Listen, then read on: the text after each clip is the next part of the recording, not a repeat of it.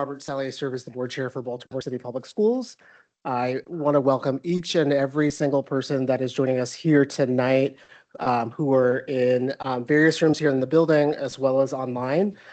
I just want to start by acknowledging that we do have somewhat different protocols set up this evening, recognizing that we need to accommodate as many people per school as possible. And so the schedule is tight, and we recognize that there's a lot of comment that we're going to try to get in as possible tonight and want to use the time as wisely as possible during the slots that we have for those schools. I want to remind folks that we are accepting public comment, I believe, through end of day tomorrow regarding the annual review and our other portfolio decisions that we need to make. So for our January COMAR hearing, and on behalf of my fellow commissioners, this is a really important night and evening for us. The ability to hear from the community, the ability to hear the various perspectives that will go into the overall decisions that we will be making on January 14th regarding the portfolio of schools that are presented to us and the recommendations that are presented by the CEO.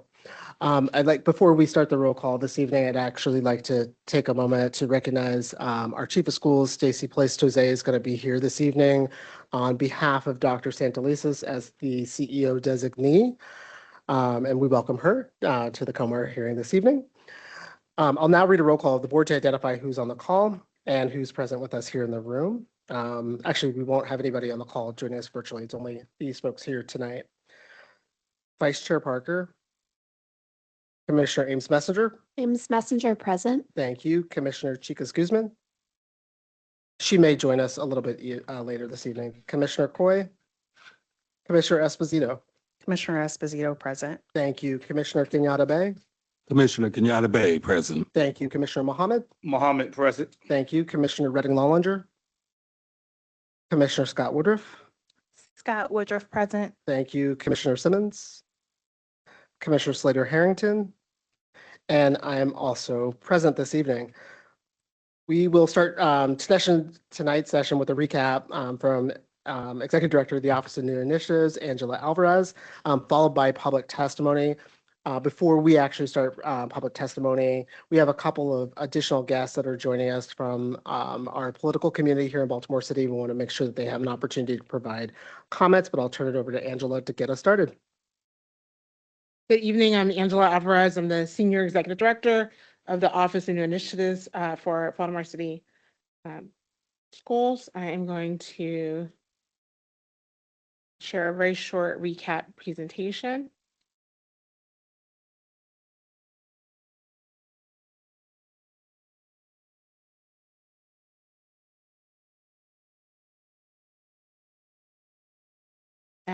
Before I get into that, for members of the public that are viewing remotely, I want to just leave this slide up for a second. This is to allow accessibility for speakers of other languages.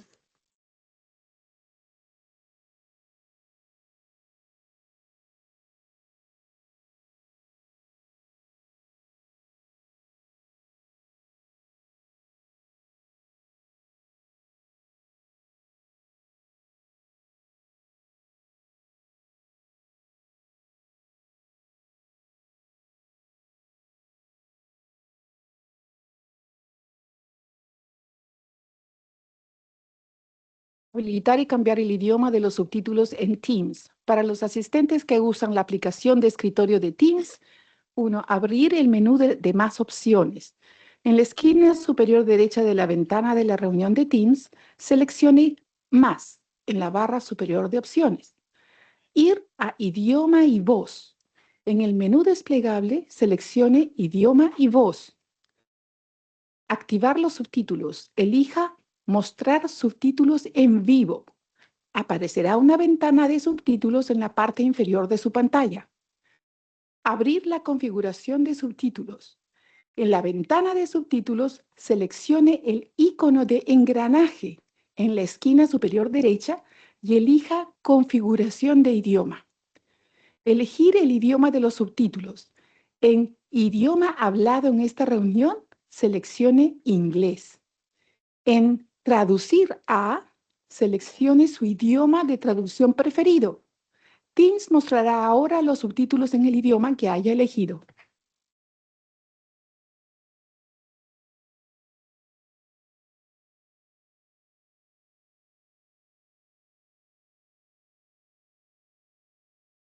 If there are members within our audience that's either here in the boardroom or in one of our overflow rooms that need interpretation, if you can let, if you're in the boardroom, if you can raise your hand to let us know so that we can make sure you're set up with an interpreter. If you're in that overflow room, please let the person who's managing that room know so that we can make accommodations for you on next steps. Si es que hay alguna persona aquí en esta habitación o en la habitación extra que tenemos que necesite interpretación, por favor levantar la mano para poder hacer algún tipo de acomodación a darle servicio.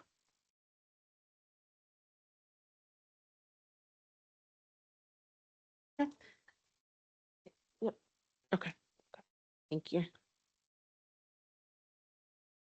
Okay, so we have very serious recommendations before the board, and so I'm going to be thankful to the members of the public who are here to share the impact these potential recommendations will have on them. These align to many of the board priorities, in particular 3, 4, 5, and 6. For tonight, we are going to kind of go in a order based on school community. So starting with Dallas Nicholas, we'll hear testimony from the Renaissance community. We'll pause. So if you were in the prior meeting, we'll do a transition pause. So once the first 2 schools have done their testimony, we're going to have people exit out the door to my right, to your right if you're seated. And then we'll be moving people from overflow rooms into this room in an orderly way, directed by the staff that are in those rooms. So they'll let you know when it's your turn to move. So I just wanted to just make that transition clear so that folks can be within the room as much as possible when their school community, when it's testimony about their particular school community. Angela, and let me just chime in here too. So because of fire code, we can only accommodate so many folks in this particular room. We do have to adhere to fire code regulations, and that's going to be critically important for folks to understand and realize tonight in these settings here. We tried to welcome Commissioner for joining us. So that is part of the reason why we have this set up in place tonight. The fire marshal will not allow or permit us to have folks who are standing, who we do not have seats for, beyond the occupancy that is allowed within this room this evening. Thank you. And this is our order, our school order for tonight. There's a range of factors that the board must consider in its decision making. So they're trying to understand academic performance of schools, access and the kinds of programming that schools are able to offer to students, climate indicators and the school's ability to provide those supports to their community, access, quality, and distribution of school programming, both thinking about geographic as well as special populations, school enrollment and school size, building utilization and condition, and then actions necessary for implementing our 21st century plan. And then this is the time of the year where we have schools that are up for consideration for new contracts as operators. The process officially began on November 12th. We had a hearing on December 11th. This is the second and final opportunity for oral testimony, January 8th. The board will vote in a public meeting. It will be a virtual meeting, but it's a public meeting. And so you will hear the board vote in public. You'll hear their discussion, and then you'll see them take a vote within that meeting on all of the recommendations. Just to kind of briefly go over the summary of recommendations. So the recommendations before the board is for Dallas Nicholas to close and to combine with Margaret Brent Elementary School effective summer 2026, and for the district to retain the facility for future district use. For Margaret Brent to reconfigure from a elementary middle school into an elementary school effective summer 2026. For Renaissance Academy High School to close effective summer 2026. For National Academy Academy Foundation, or NAF, to reconfigure from being a middle high to a school that serves students in high school seats only. And then there are several facilities that are up for surplus recommendations: the Joseph C. Briscoe Building, the Garrison Building, and the Ground Shot Building. For Briscoe, effective summer of 2026, once they move into their new swing space and to their new building, out of swing into a brand new building. And then for Garrison and Ground Shot, as early as possible in 2026, effective once the board votes. We are bringing back to our portfolio the George McMecken Building, and we have a change of surplus date for the Thurgood Marshall Building. For members of the public, we're going to call in order as many people as we can within the timeframes that are allotted for each school community. If you're not able to testify, just as Chair Sally shared at the beginning of this meeting, you can send written testimony to the board. The papers that we gave you with QR codes have directions around how to send in written testimony. And so the board will be taking written testimony through 5 p.m. and easily received by the board through 5 p.m. tomorrow. And with that, I'm going to turn it back over to Chair Sally. Great. Thank you so much, Angela. I really appreciate that. We are going to start by welcoming Councilwoman Odette Ramos for public testimony. Thank you.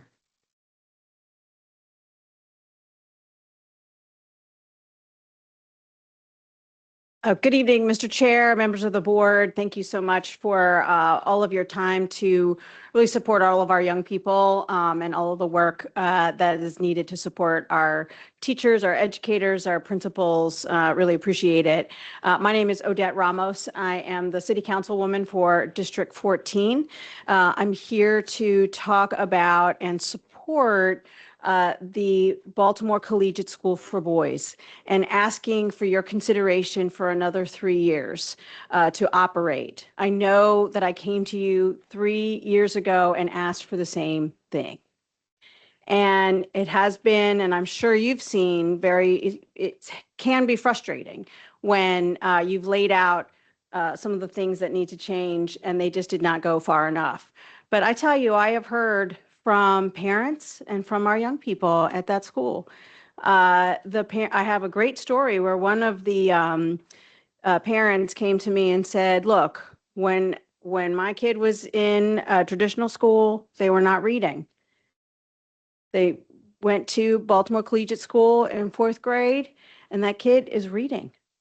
The confidence that they have as these young people walking into the school, when I go to visit, I shake all of their hands. They look me in the eye, and they want to achieve, and they feel like they're in an environment that would allow them to do so.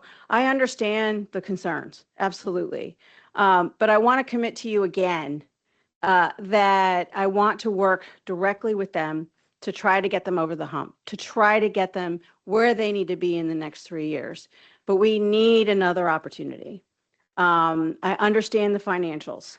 That is something that I think we all need to work on as elected officials and as public servants. But it's very important. This school is important to the neighborhood. It is important to the families. It is important to our young men. The success of the young men that have been through that school, we know has really been important as they get to high school and into college, now that we have some of our boys that came from that school into college. So I'm asking for your support. So my commitment to you is, again, to be more involved in the school as the elected, and making sure that we get the volunteers that are needed to be mentors, to be a part of the school and the resources needed.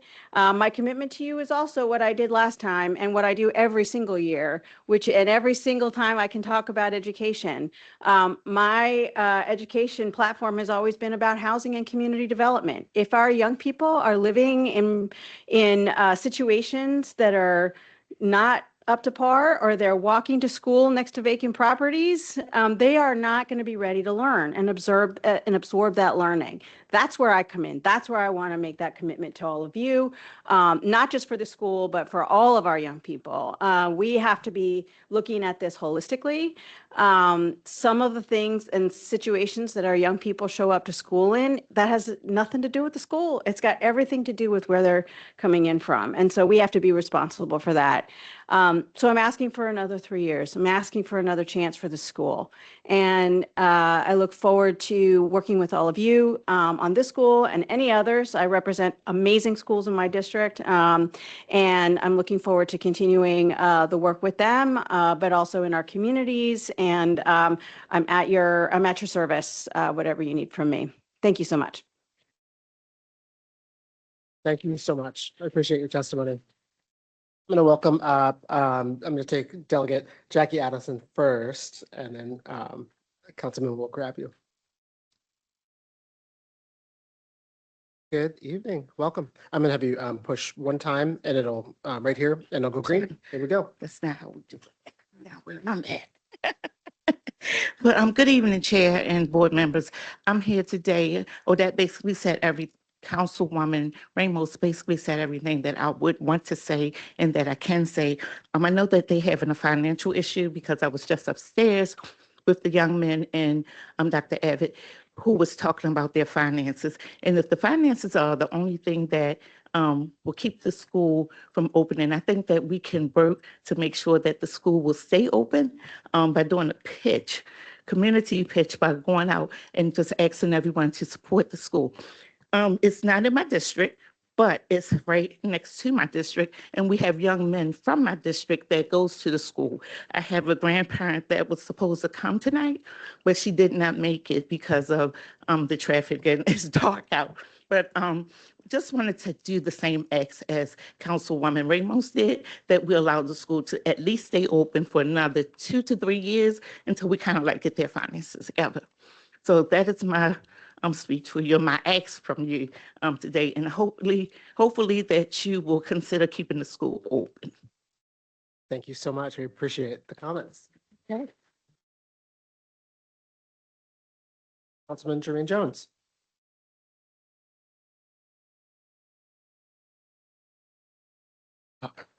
Good evening, commissioners. Good evening, members of the public. Thank you for allowing me to testify. I'm here today to speak in support of keeping Dallas Nicholas open.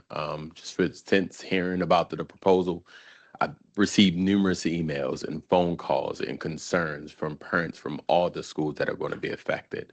And I just want to reiterate that today and just make sure we don't take lightly the impact that this will have on not only our young people, not only on the parents, but on the communities.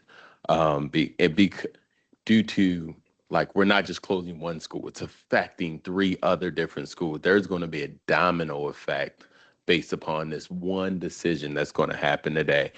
And we really need to ask ourselves, is it absolutely necessary? And if not, we should give it more time to reconsider this. One of the reasons why I hear closing it is because of school size. But one thing I will say is because of size. And based upon size, I know there's a lot of unknowns still happening in the future in Baltimore. But what I will say is our population is increasing. Families are moving into the neighborhood. When talking to the parents, they're seeing more strollers, they're seeing more kids. This neighborhood is thriving in a way that it hasn't been in the past. And I think one thing people look for when moving into some of our strong neighborhoods are schools. And it's so much harder to build a new school, open a new school, than support the ones that are already there. So size really won't be that much of an issue in the future because Baltimore is trending in the right direction. And on top of that, I know there's questions regarding census data, but I will say we're looking at a post-COVID time where a lot of the data and the numbers tracking our children really isn't there, and we can't really depend on it the way we have in the past. So let's not necessarily rely on that to dictate or indicate how many children are moving in the future. The other thing, just schools are just really important in sustaining neighborhoods. And one of the biggest concerns of hearing about it is whether or not this building is going to be vacant in the future and what that would look like. But I was happy to hear that there was a plan so that it wouldn't be vacant. So I will say, if it's going to stay open in some way operating, we really won't be looking at much of a cost savings. And if we're not necessarily saving dollars and cents that'll go around and supporting other young people, and if we're going to leave it open, let's leave it open for the children, because whatever's going to be there afterwards, post, isn't going to be more important than our children. And finally, the last thing I just want to talk about is the programming that exists in that building, that with special needs that don't exist in other places, and that when people had a hard time figuring out where some of this program was going to go, it went there. And I think it'll be irresponsible for us to close the school without knowing exactly where every last one of those special need programs are going to exist, and making sure that they had the infrastructure and the talent there to support our young children who absolutely need it the most. So, thank you for your time. I appreciate it. I've looked at some of the things versus performance, enrollment, and also school conditions. I know those are some of the biggest factors that we look into. And when you look at a 3-year tally of all three of those, we're just splitting hairs when it comes to, like, when you look at it total, not just 1 year, but the last 3 years in performance and the school condition and enrollment, it's apples and oranges. The numbers aren't that great. So if it's not a big difference in the two, but it's going to make a huge difference in the lives of our community, our young people, and our parents, let's just hold off and give it a little more time. I thank you for this moment to testify. I appreciate you.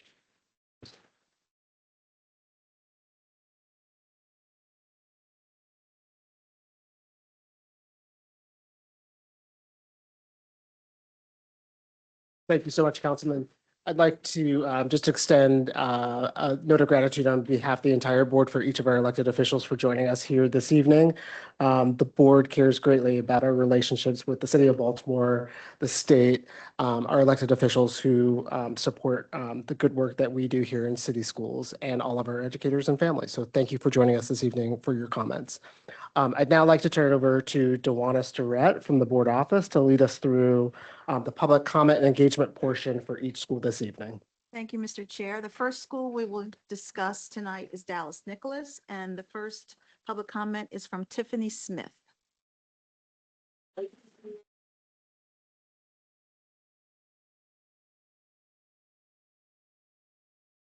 Good evening, everyone. First, I'd like to thank you all for allowing me to speak.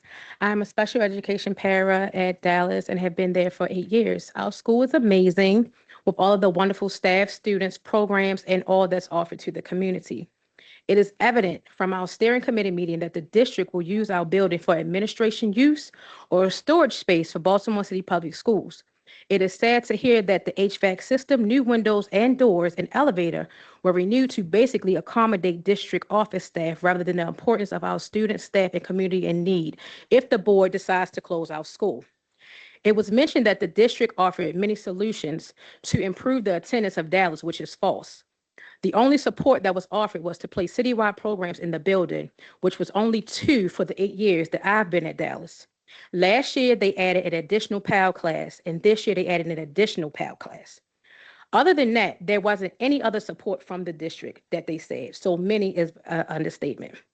On the other hand, our school is proposing to have before and after care program for next school year, which will help promote enrollment for our pre-K enrollers.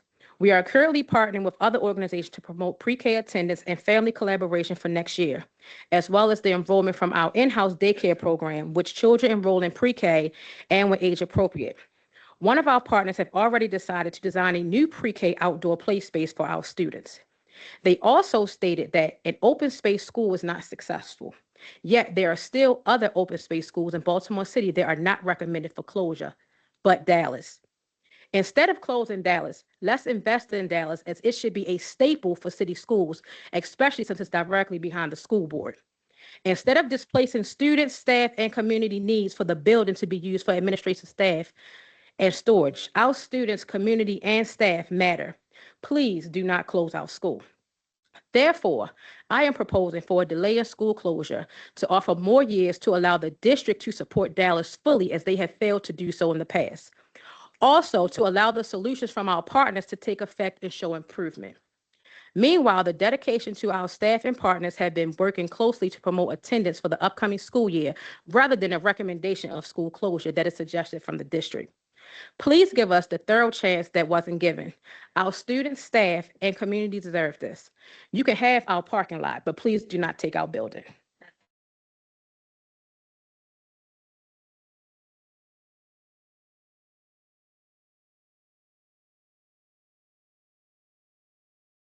The next person to speak on Dallas Nicholas for 3 minutes is Iris Allen.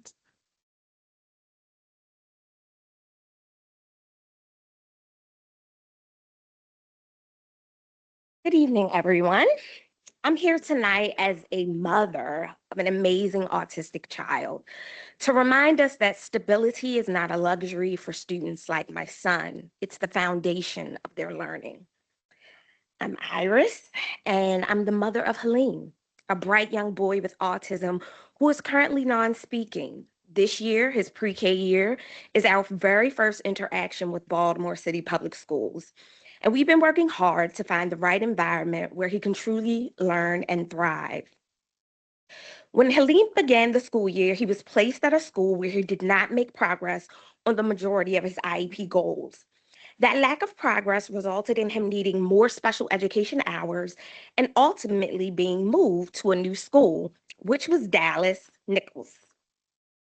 That transition was difficult to hear because we had already started at one school. But we accepted it because we felt the district was trying to find the right fit for him. And then something remarkable happened. At Dallas F. Nicholas, Halim finally landed in a classroom where he is understood, supported, and challenged. His teacher, Ms. Voda, communicates with me every single day through a detailed log. For the first time, I feel connected to his day-to-day progress. For the first time, I can see what he is learning, how he is growing, and where he needs support. Halim is very good at sizing up the bare minimum expectations. But his new teacher does not give him the bare minimum. She holds the line with him. She sets high expectations and he rises to meet them. That is exactly what he needs to thrive. In this short time, he has shown focus, independence, and confidence that we have never seen before. The transition into this school was seamless. He is doing tasks independently, he is engaging, he is learning. The sky is truly the limit for him in a setting like this. And now, with the scheduled closure of Dallas F. Nicholas, he is facing yet another uprooting. For a child on the spectrum, especially a child who is non-speaking, routine and consistency, again, are not luxuries. They're the foundation for learning. Knowing where he is, who he will see, and what to expect each day is what allows him to feel safe enough to grow. Every time he is moved, he must relearn an entire world, a new building, new teachers, new paras, new classmates, new sensory expectations, new routines. That level of disruption has real consequences for his progress and his emotional well-being. As he prepares for kindergarten, another move would mean yet another reset, another loss of stability, another interruption in the progress he has finally begun to make. Ms. Allen, if you could wrap up. It's been 3 I minutes. understand the need to make difficult budget decisions, but cuts that destabilize our most vulnerable students carry a cost greater than any savings on a piece of paper. Thank you for your time and considering the needs of our most vulnerable learners.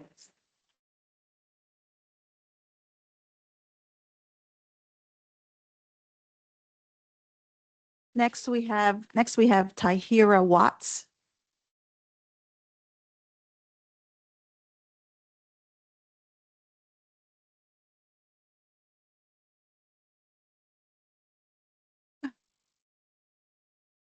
Good evening, and thank you for the opportunity to speak. So she's passing out a copy of our school family survey.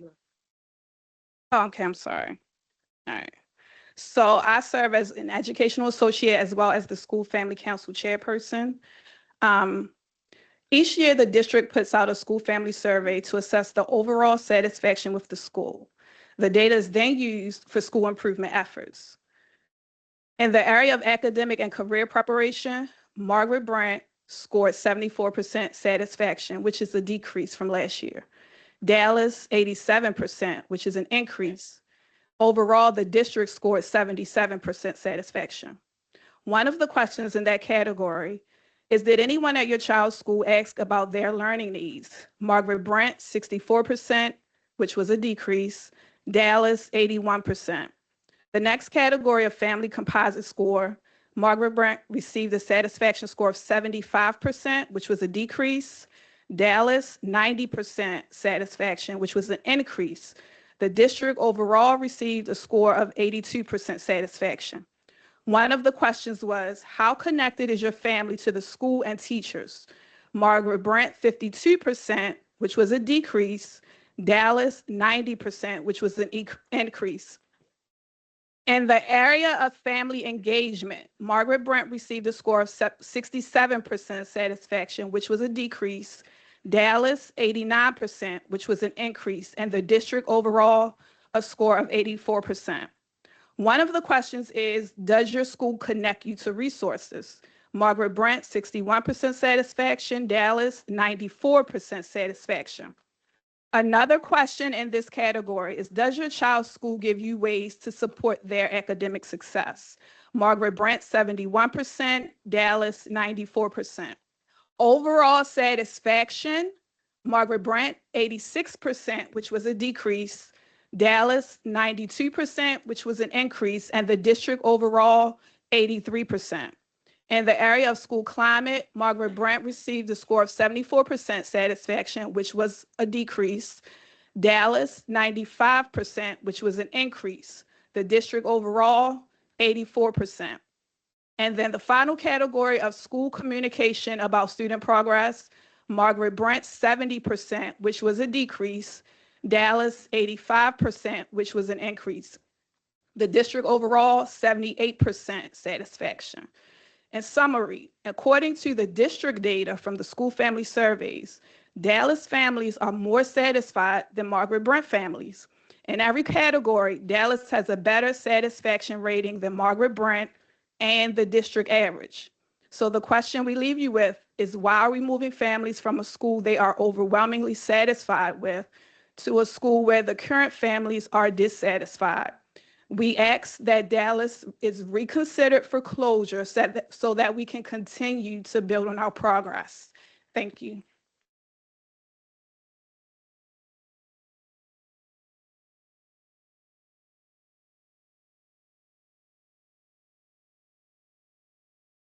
The next speaker is Eleanor Lukin.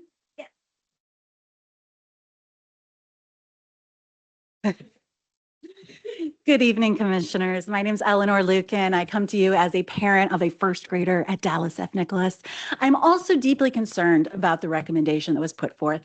As Ms. Watts before me just explained to you, the family results surveys were not included as part of this recommendation. Even though us Dallas families spoke our voice about our appreciation for our school, we were not considered in this recommendation.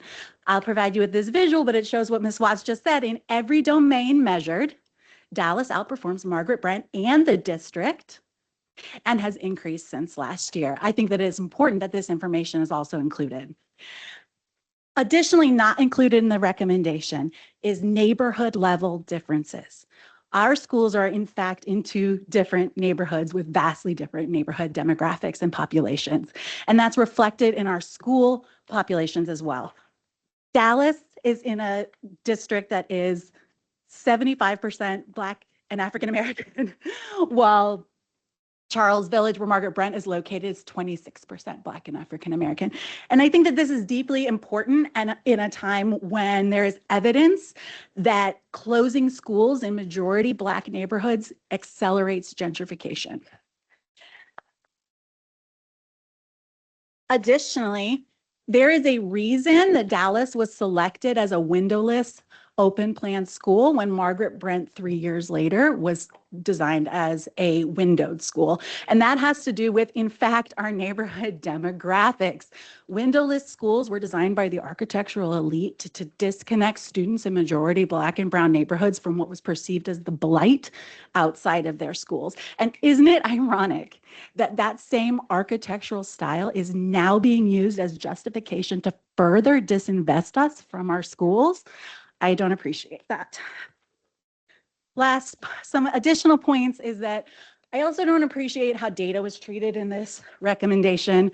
We were told that our scores in math are decreasing while Margaret Brent's were increasing. That's showing We presented this in data tables, but when you visualize this data, you actually see that Dallas is outperforming Margaret Brent over a 3-year average in math.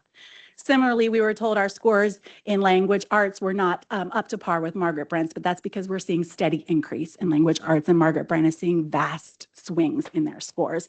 Additionally, we were told that we would be moving from a 2-star school to a 3-star school, when in fact, over the 3-year average, it's Dallas that scores as a 3-star school. There's more that you'll receive in the written report tomorrow, but I am a proud, happy parent at Dallas, and I urge you to consider what happens to our neighborhoods after you close schools. Thank you.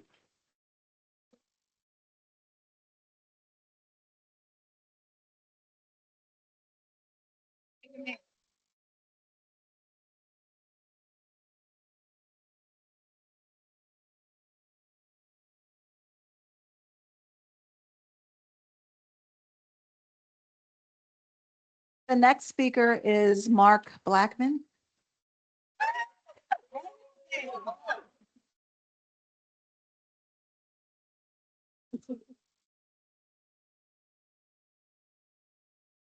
Look, we have told you that as parents and community members, we do not want Dallas F. Nicholas Elementary to close.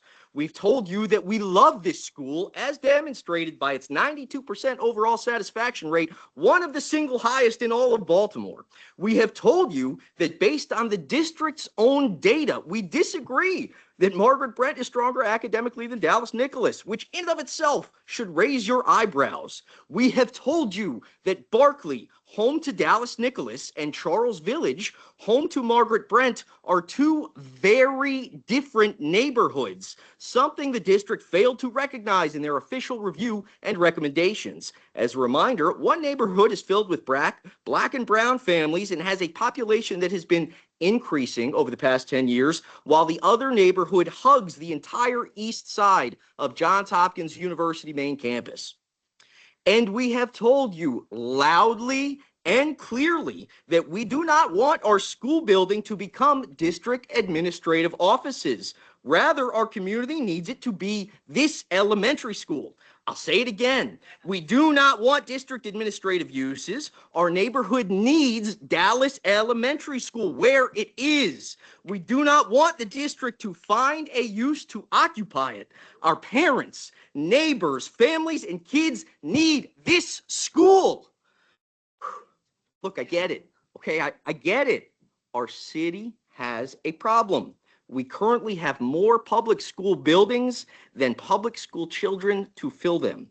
But identifying and agreeing on a problem does not justify a wrong solution or an incorrect one, and closing Dallas Nicholas would be both. It is an incorrect assessment to say that one of these two schools must close, and even if it isn't, they chose the wrong school. You have many reasons to vote no on this recommendation. Maybe you think, as I do, that simply on its merit, you must vote no. Maybe you think, as I do, that there is more than enough pushback from and risk to the community that you just need to push pause, at least for now, and let finding solutions, as you have stated, be the responsibility of the new incoming CEO. Or maybe you recognize, as I do, that for many people in our community, 2025 has been a year of trauma. And we would like 2026 to be something different. So, look, I do not know how often in your role as a school commissioner you have to make a difficult decision. But I do know that this does not have to be one. Mr. Blackman, if you could wrap up your 3 minutes. This can be an easy decision if you let it. Thank you.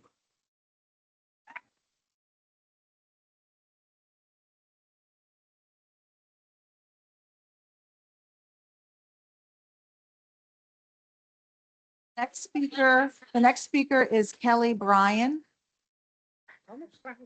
It's already going. It's already going.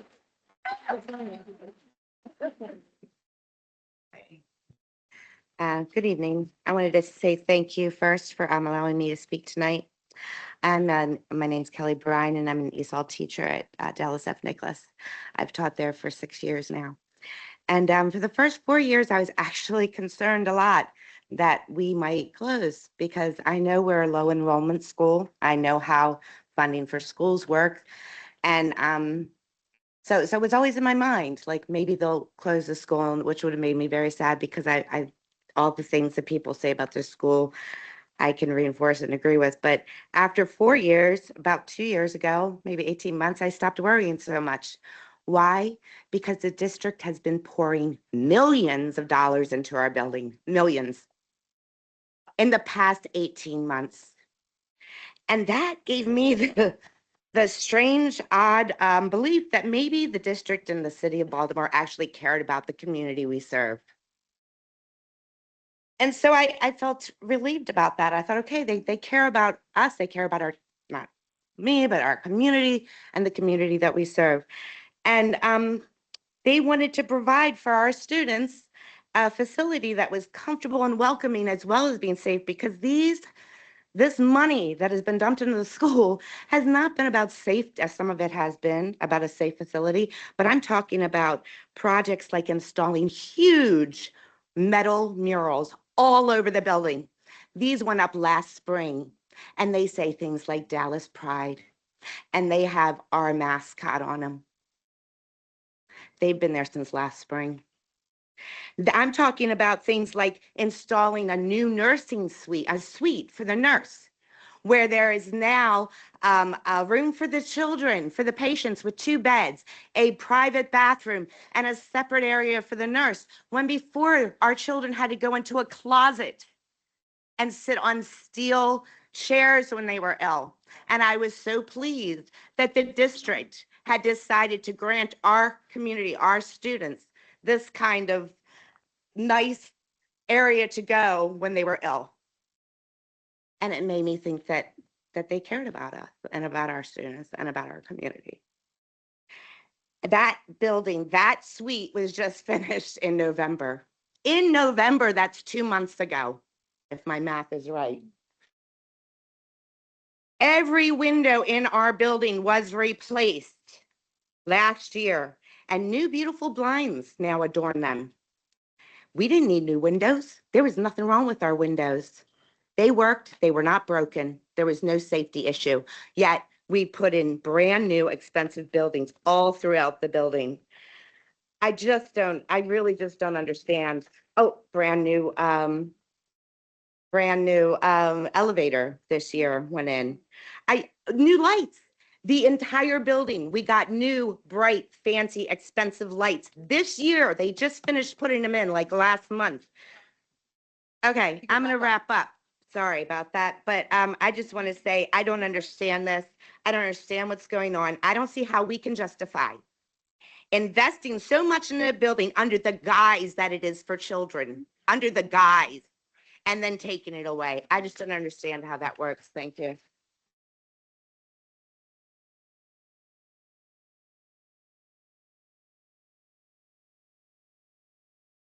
The next person is a statement that I'll read from Shanika Johnson. To whom it may concern, I hope all the letters, videos, and in-person testimonies help change your minds about closing Dallas F. Nicholas. Dallas F. Nicholas is so important to us parents, teachers, school administrators, and community leaders. My child learns better in a school that is not overpopulated and where all the teachers and staff members know the kids by name. My child comes home every day and tells me what she has learned, whether it be learning something in gym, art, or in the library. When I first filled out a form from the beginning of the school year on what goals I wanted my child to meet, they have all been met. I love Dallas F. Nicholas. They may have a small population, but they operate as a family. They not only teach kids about learning academically, but obedience and manners. My child recently lost her tooth over the winter break, and she was so excited to tell her teacher so that she could give her a tooth necklace. I was confused about it, LOL, but once she came home, she had a necklace with a tooth-shaped box attached, and her teacher placed her tooth in it. She wears the necklace every day. It's the little things that make kids happy and feel loved. I hope and pray that these testimonies touch your hearts and change your minds.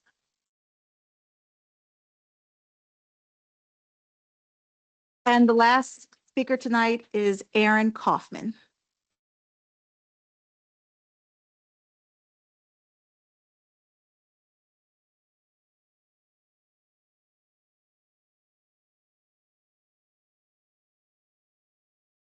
Okay, thank you, Chair and members of the board.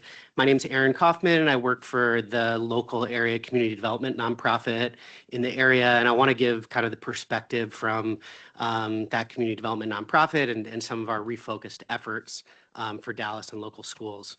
Central Baltimore Partnership, we've operated since 2008 and have a track record for community development support, in particular within the 11 neighborhoods that we focus in, Barclay being one of them.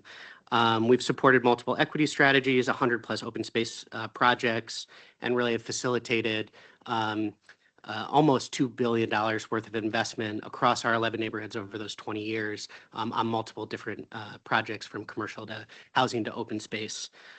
Specifically in Barclay, we've supported vacancy reduction efforts, legacy home repair supports, fundraising efforts for over 300 units of affordable housing within that area with Telesys Corporation, who was chosen as the master developer in 2008. And now currently are working on facilitating different housing projects along the 2100 block of Calvert Street and in supporting the RFP language with state DGS and the former parole and probation building. And I want to note that while historically our support has really been from the neighborhood context, that since 2025, we were selected as an Enough Initiative grantee to really refocus our efforts on schools as hubs for community and neighborhood work. And since that time, really refocus our efforts on how we can boost academic, economic, and social opportunity through using schools as our hubs for community work. Since that time, we've facilitated different projects and program collaborations with Dallas Nicholas, including community school gardens and supports for their green team, the design and initial fundraising for a tot lot at the school, case management support for families through our partner Urban Strategies Incorporated, and program partnerships, including Be a Chef for a Day, community cohorts at play through Port Discovery, improving education and bedtime in a box, level up and mentorship programs, and are working on a pre-K marketing campaign with Wide Angle Youth Media. It's our goal to continue this intentional support and increase it as this is really year 1 to 2 of a multi-year and ultimately a 10 plus year effort for revitalization efforts in the community and really using schools as the hubs, and Dallas being one of our 3 primary school hubs. So we're, like I said, it's our goal to continue that intentional support and increase it. If the School Board of Commissioners reverses its recommendation, the school is critical to the neighborhood. It's critical to thriving families, and it's our best opportunity to really meet families where they are and help them really have every opportunity for that economic mobility and that social mobility. And we'll continue to be a supporter of Dallas if the recommendation is reversed. So we're asking for a little bit more time for some of those planning initiatives and community development initiatives to take root and improve the outcomes of the school. Thank you.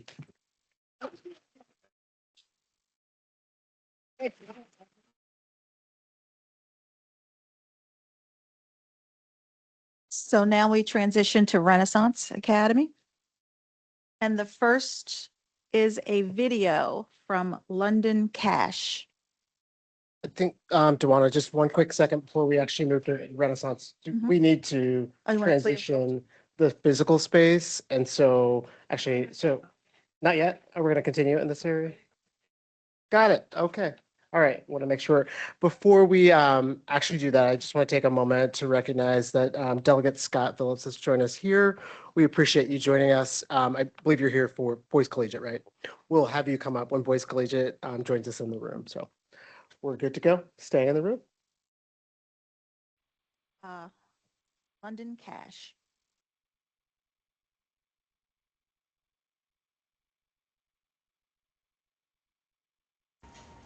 My name is London Cash, and I am a student at Renaissance Academy High School. I am writing to share why this school means so much to me. and why I believe it should stay Board open. office team, Renaissance we don't have Academy any has sound helped just me yet in for this ways that particular other video. If schools you guys have could not. restart, that would be. The small class sizes make it easier for me to And focus, as we wait for ask them questions, to and really restart, I actually understand want to extend where my I'm thank learning. yous What on am behalf I of the board learning? for the entire Dallas Ethnic My community teachers know for me and joining took us the and for time to providing help me public when I comment this needed. evening. Because of this, I have grown academically and feel more confident in myself. This school has also helped me grow socially. I used to be My very board quiet and colleague reminded me, uncomfortable and for hosting around new visits people at for all of Renaissance. the I board feel of safe and commissioners to come and supported, which join helped me step and out see of my the comfort school zone. in person. So we do appreciate that.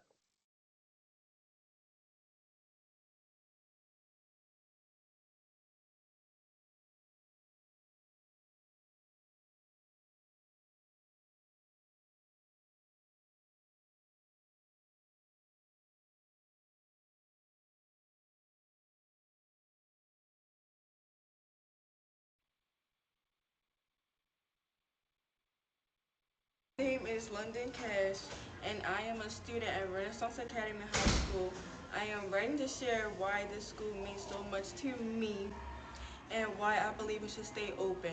Renaissance Academy has helped Why me don't we in ways skip this that video other for a schools have moment and we'll come not. back to it, and it gives our board office The team just a small moment class to work on sizes make it sound. easier for me to focus, ask questions, and really understand.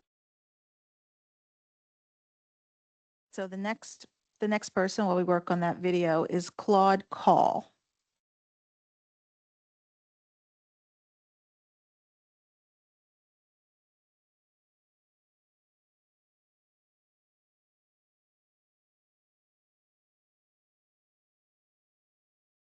Good evening, folks. I'm Claude Call. I'm the IP chair at Renaissance Academy, and I'm here in that capacity and also as a Baltimore taxpayer and a city schools parent. I've read the recommendation report, and the thing I found interesting is that most of the arguments you guys are using for closing Renaissance Academy would be the same ones that I would use to argue to keep it open. We are the smallest high school in the city, but the thing is, whether you want to admit it or not, we are an alternative high school for students who are not yet at the point of being overage and undercredited. I followed Ms. Woodhouse, the principal, to this school when she transferred, and throughout that time, we have worked our hardest to ensure that students who come our way are supported and that they make their way to the graduation stage before they wind up in an alternative program. You folks cited several schools as alternative locations for our students, and what I think you've overlooked is the number of students who transferred to Renaissance from those schools and many others. In the past year, we have taken on students from Douglas, from Carver, from Patterson, Edmondson Westside, Augusta, nearly every other high school in town, because these students already demonstrated that they were struggling in a larger school. I can't even begin to tell you how many students have bounced from one school to the next only to land at Renaissance Academy and manage to stay there for the balance of their academic careers. They enter as 17-year-old ninth graders. They exit as high school graduates. As the IP chair for Renaissance Academy and as somebody who occasionally supports the student support team and the 504 team, when you're in a small school, you wear a lot of hats. It's kind of impressive how often we're able to zero in on that one thing that has prevented some of our students from succeeding elsewhere. The support for our students comes not just from the staff here, which is amazing, but from the students themselves. We've had several students over the years who had mental health issues or autism or some emotional issue, and they're not singled out or bullied for being the weird kid. Instead, they're accepted for who they are, and they're actively included in their peers' activities. We just got through the holiday season, and I'm reminded of the film It's a Wonderful Life, in which a man named George runs a small credit union as the only competition for the huge bank in town. And when it's suggested that the credit union be shuttered, George takes the time to remind the board of directors that there's a need for the small institutions because sometimes they need a place to go when the big places make it difficult to get what they need. So yeah, we might be a measly one-horse institution that needs a little more support than basic fair student funding can provide. But this town needs this measly one-horse institution, if only because the students here have already shown that they need more support than they were getting from the larger schools. How much time have I got? I'm sorry? Okay. Data. Okay, we're constantly chasing the stars on the school report card. Our numbers have been steadily going up. All right. Other schools on the west side of the city, have started to show a downward Mr. trend. Paul, Okay, you've reached your 3 minutes. thank you. I appreciate it. Appreciate you paying attention.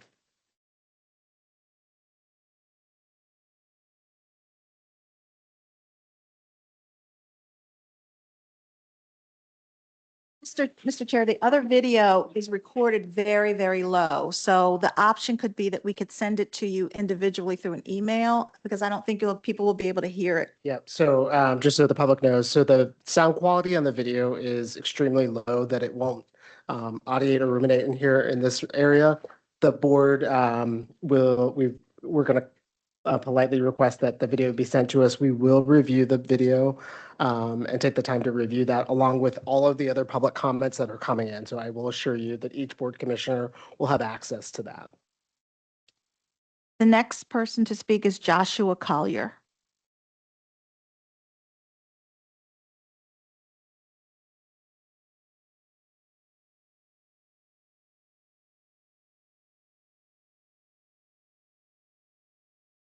As you can tell, I'm an art guy, not a technology guy. So I kept it to bullet points because I have a tendency to run long. So, and obviously I've got a deadline. So the student outcomes must come first. The primary purpose of a school system is student success, not cost efficacy alone. So the point being is we receive students from this variety of schools, Frederick Douglass, Edmondson, et cetera, and they had not succeeded there, but we were able to make it done with us. That's the point. And steadily increase our testing scores and steadily increase our stars. We have elevated to a 2-star rating and we're still climbing. So and I've been there 3 years. I'm an art teacher there.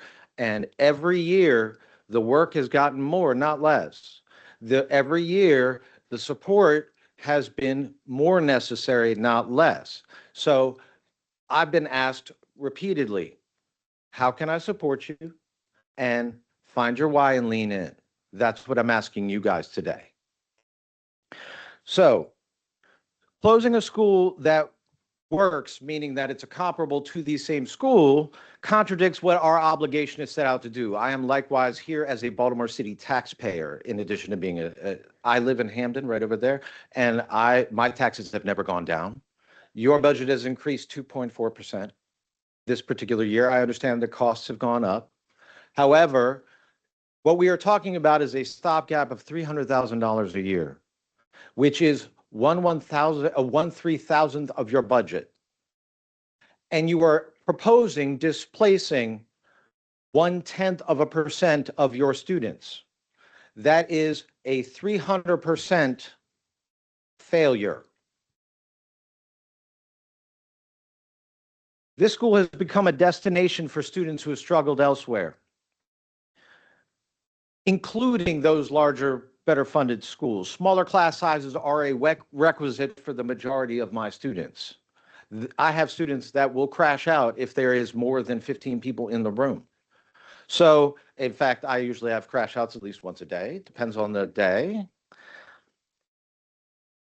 Cost versus value, because why are we here? We're not here to balance a budget. That's not our purpose. Our purpose is, and as it was instituted by LBJ back in the 60s, our purpose is to teach students.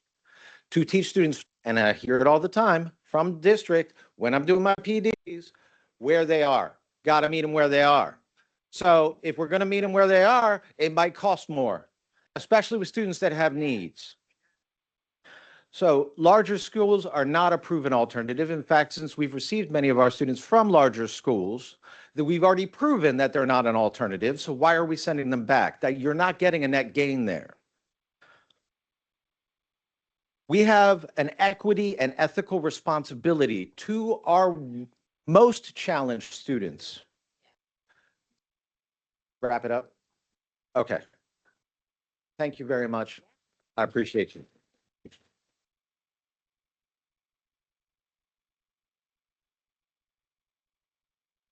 Mr. Chair, IT was able to reprocess the video, so we may be able to bring it up. So give us 1 second.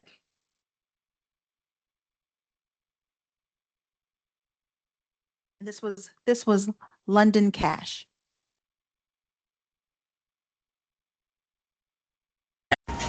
My name is London Cash, and I am a student at Renaissance Academy High School.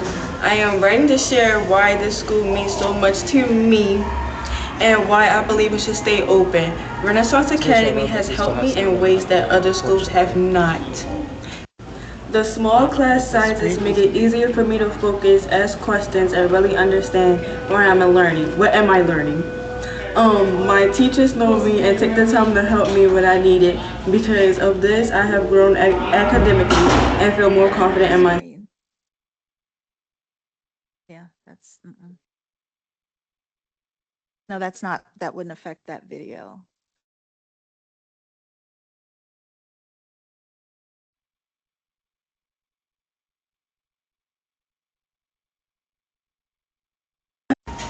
My name is London Cash, and I am a student at Renaissance Academy High School.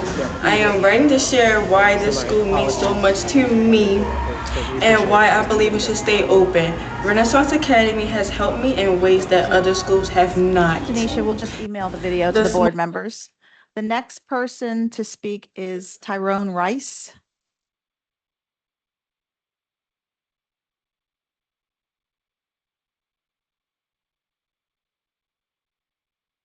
Tyrone Rice.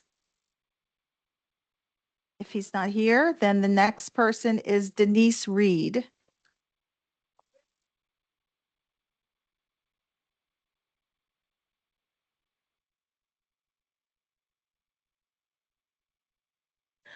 Good evening, esteemed members of the Baltimore City Board of School Commissioners.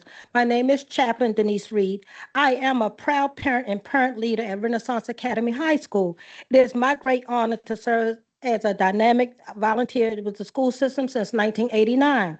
I am here today to urge you to reconsider the decision to close Renaissance Academy due to low enrollment and to ask you to look beyond numbers and see the lives that have been changed within those walls.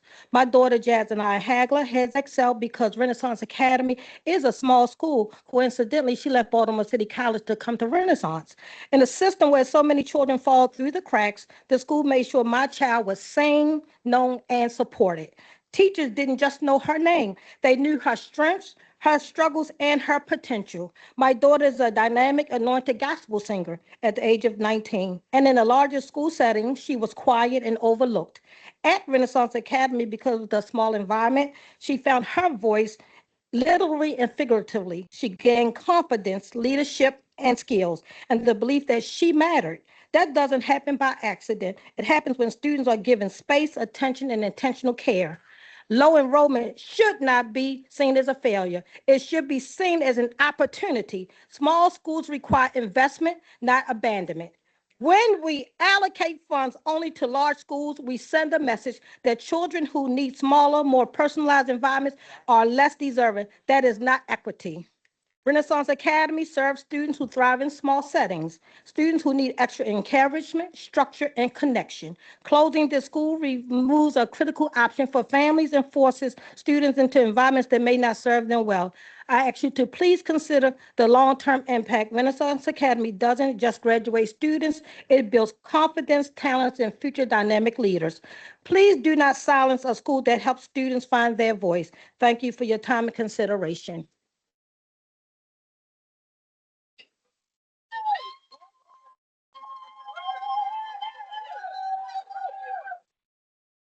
The last person to speak is Marlene Hall for 3 minutes. Marlene Hall.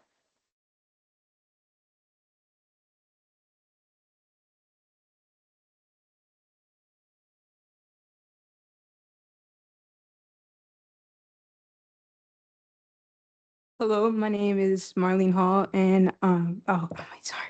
Good evening, Board of Commissioners and community members. My name is Marlene Hall, and I'm a 12th grader at Renaissance Academy High School. Thank you for giving me the opportunity to speak today. I stand before you not to defend a school, but to defend students, families, and a future that lives within the walls. Our school is being judged on numbers of enrollment, counts, labels, and narratives that reduce a living, breathing community and a statistic on a page. But a school is not a number. A school is a name that has been deemed or assigned. A school its students and its educators, and the impact it lives and the impact that it has on lives and touches every single day. Small schools like ours are often misunderstood, and they are seen as lacking when in reality they offer something increasingly rare: individuality, attention, meaningful relationships, and the ability to truly support every child in our classroom. Students are often overlooked and they are not seen or heard. They are they're misunderstood. For many of our students, especially those who need extra help, guidance, and encouragement, this environment is not just beneficial, it is essential. Small schools provide space for students to grow in areas they most struggle in. They allow teachers to meet students where they are and to nurture their strengths and help them overcome challenges that may often define their futures. We are told that schools cannot prepare children for a better tomorrow or meaningful career paths, but preparation is not measured solely by size or conformity. Preparation is measured by confidence, resilience, critical thinking, and belief that you matter. These are the very qualities that small schools cultivate. Best when they are best when you question their value of this school, you are questioning the students who attend it. You are questioning their potential, their worth, and their future. Our students are not a problem to be solved or a narrative to be managed. They are future leaders, workers, and creators, change makers. Closing our school does not strengthen community, it fractures it. And it sends a message that those who do not fit in the criteria do not fit on a certain mold are disposable. That if we don't meet a specific criterion, you are cast aside and rather than supported. Instead of closing us down, we ask you to stand with us, help us grow, help us improve, help us build stronger community. One that lifts people up instead of pushing them out. One that recognizes real change often begins in small places, the small groups of people that are given a chance to a chance to thrive. We are not asking to be ignored. We are asking to be seen for who we truly are. A school where students thrive, where opportunity exists, and where a future is being shaped every day. Do not reduce us to a number. Do not define us by a narrative. See us as a school, see us as a community, and most importantly, see our students as the future they are. Thank you.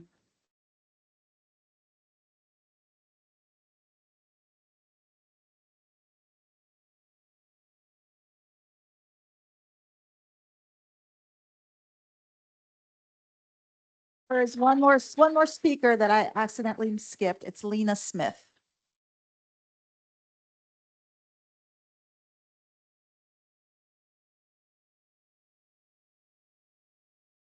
Hi, good afternoon, members of board and community members.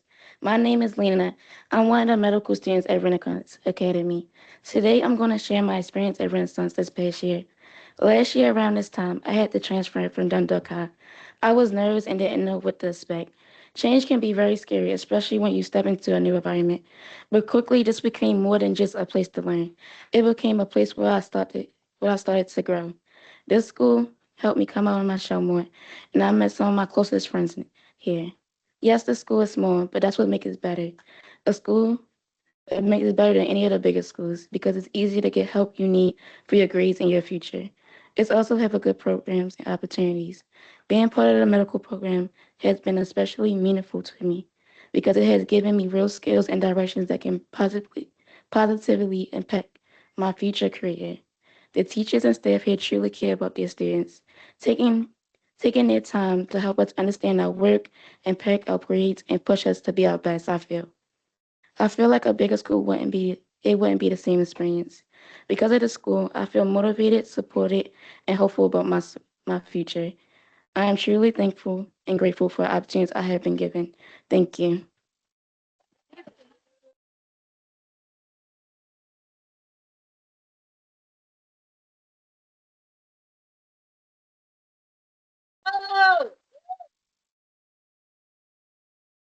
The next is a statement to be read by Honey Lawson. Dear members of the Baltimore City Public School Board, I write you with deep respect for the gravity of your role and with an equally deep sense of urgency and care for the students and families of Renaissance Academy. My name is Tony Lawson, and I serve as the founder and executive director of the B. of the B.org, a longstanding school partner that has proudly collaborated with Renaissance Academy for the past 4 years. Through our partnership, Renaissance Academy has been the home of Be Virtual, the B.org signature STEM, social emotional learning, and coding credential program, as well as a summer youth work site. During this time, we have the privilege of working closely with students, educators, families, and school leadership to support not only academic growth, but also confidence, resilience, and a sense of belonging among young people who deserve every opportunity to thrive. I'm writing today to respectfully and wholeheartedly urge the board to reconsider the recommendation to close Renaissance Academy, and at the end of this school year, and to instead consider an alternative path forward, one that allows the school the opportunity to strengthen enrollment, improve data outcomes, and build on the progress already underway. Over the past 4 years, we have witnessed students at Renaissance Academy grow in profound and measurable ways. Academically, students who once struggled to see themselves as capable learners have earned industry-recognized credentials in coding and technology, developed critical problem-solving skills, and demonstrated increased engagement and motivation in their coursework. Socially and emotionally, we have seen students grow in self-awareness, teamwork, communication, and leadership skills that are essential not just for school success, but for life. These outcomes did not happen in isolation. They are the result of a school environment that provides stability, trusted relationships, and a culture of care. Renaissance Academy is more than a building with classrooms. It is a pillar of its community. For many families, it represents safety, consistency, and hope. For students, it is a place where they are known by name, supported through challenges, and encouraged to imagine futures that once felt out of reach. I fully acknowledge the concerns around enrollment and performance data. However, rather than closing the school at the end of this academic year, I respectfully propose that the board consider revisiting this recommendation after an additional year, giving Renaissance Academy a defined and supported opportunity to improve enrollment and outcomes. As a committed partner, the B.org stands ready to be part of the solution. We are prepared to work collaboratively with the district, school leadership, and community stakeholders on a strategic improvement and recruitment plan, which include a targeted collaborative recruitment strategy with neighboring schools and community organizations, expanded exposure to Renaissance Academy's unique programming, including STEM, SEL, and workforce pathways, increased family and community engagement efforts to highlight the school's strengths and impact, continued data tracking and accountability benchmarks to demonstrate measurable progress. I'm not asking the district to shoulder this responsibility alone. The B.org is committed to continuing and expanding our investment through programming, resources, and partnerships that support student success, school sustainability, and community trust. Closing Renaissance Academy would have lasting consequences. School closures disproportionately impact the most vulnerable students, disrupting learning, severing trusted relationships, and placing additional emotional and logistical burdens on families who already navigate systemic challenges in Baltimore. The students we serve have already experienced significant disruption. Removing the school risks undoing years of progress and stability. Renaissance Academy deserves the opportunity to demonstrate what is possible when a school is given time, support, and collaborative partnership to grow. I respectfully ask that the board consider this alternative approach and to engage partners like the B.org in shaping a path forward that prioritizes students, families, and community impact. Thank you for your time, your service, and your willingness to listen. I welcome the opportunity to speak further or to collaborate on a plan that keeps Renaissance Academy open and moving toward a stronger future.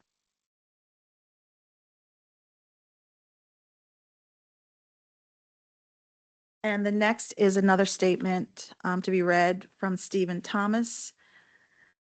For the record, I want to state that Judge Alexander Williams Jr. Center for Education, Justice, and Ethics at the PS 103 Thurgood Marshall Amity Center informally advocates that Renaissance Academy remain open for the next 3 years under a redesigned and clearly articulated model. The discussion before this board has made clear that Renaissance has evolved into a stabilization, re-engagement, and healing environment for students impacted by trauma, many of whom were not well served in larger school settings. Closing the school without an equivalent replacement risks returning students to environments that previously failed them and displacing costs related to transportation, safety, and support rather than resolving them. JAWC stands ready and willing to partner with the district and school leadership on a time-limited redesign plan that aligns Renaissance with what it has in practice become a high-touch model that gives students the opportunity to heal, re-engage, and ultimately thrive.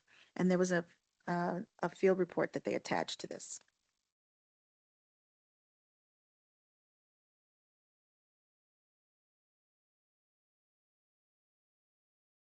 And that concludes the comments from Renaissance.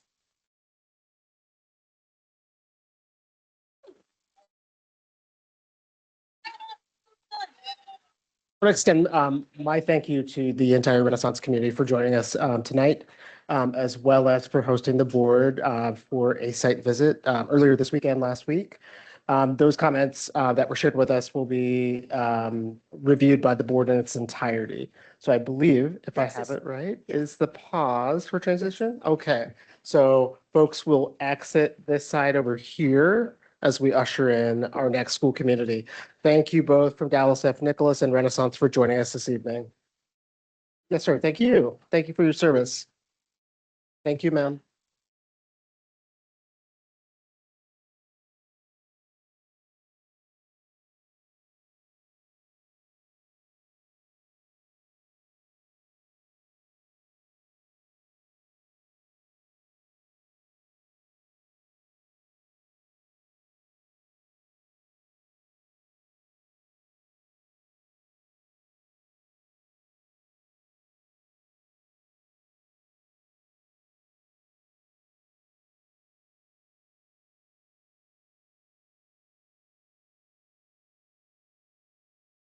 Back over there.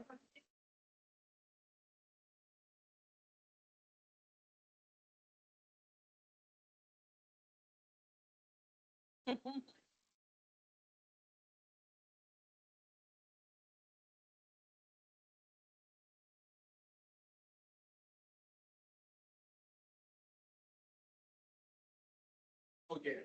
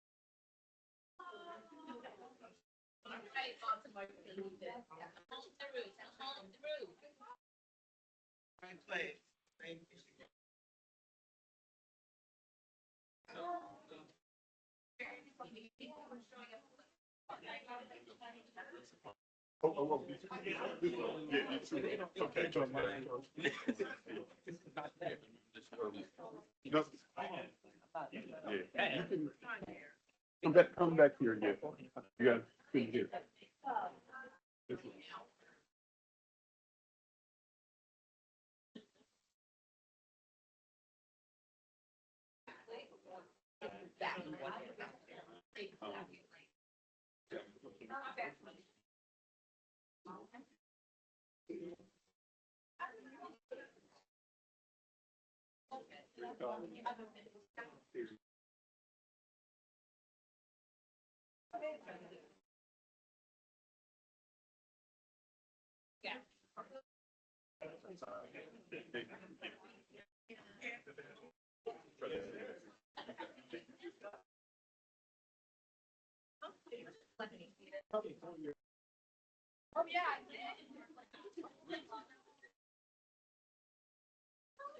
I'm what?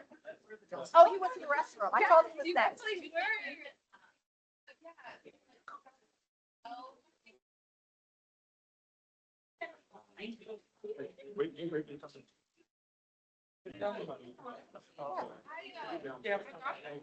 Amber had this like book and about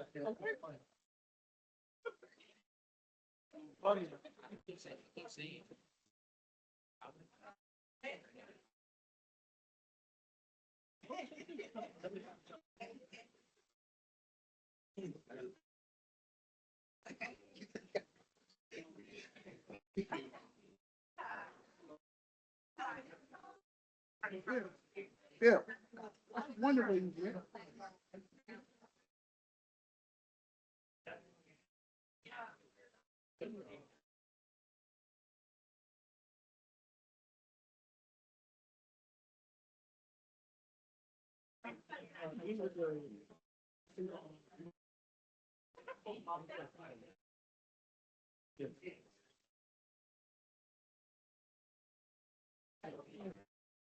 I'll sit in the one that speak.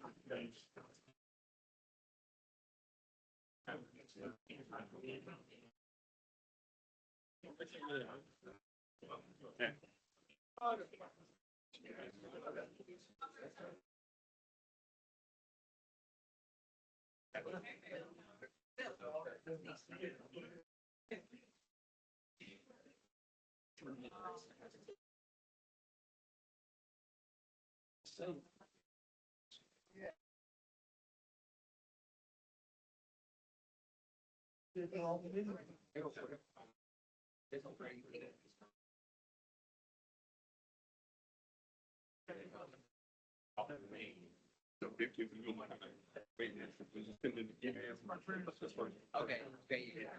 I got architects over here. Like this.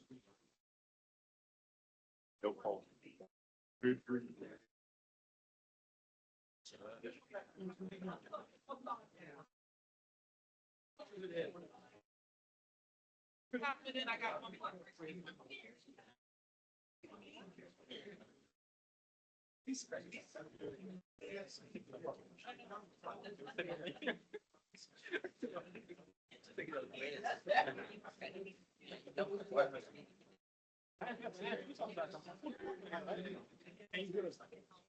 All right, ladies and gentlemen, to keep us on time and on schedule and to maximize the amount of time that we have for public comment this evening, I'd like to get us started and extend my welcome to the Boys Collegiate community. And thank you for being here this evening.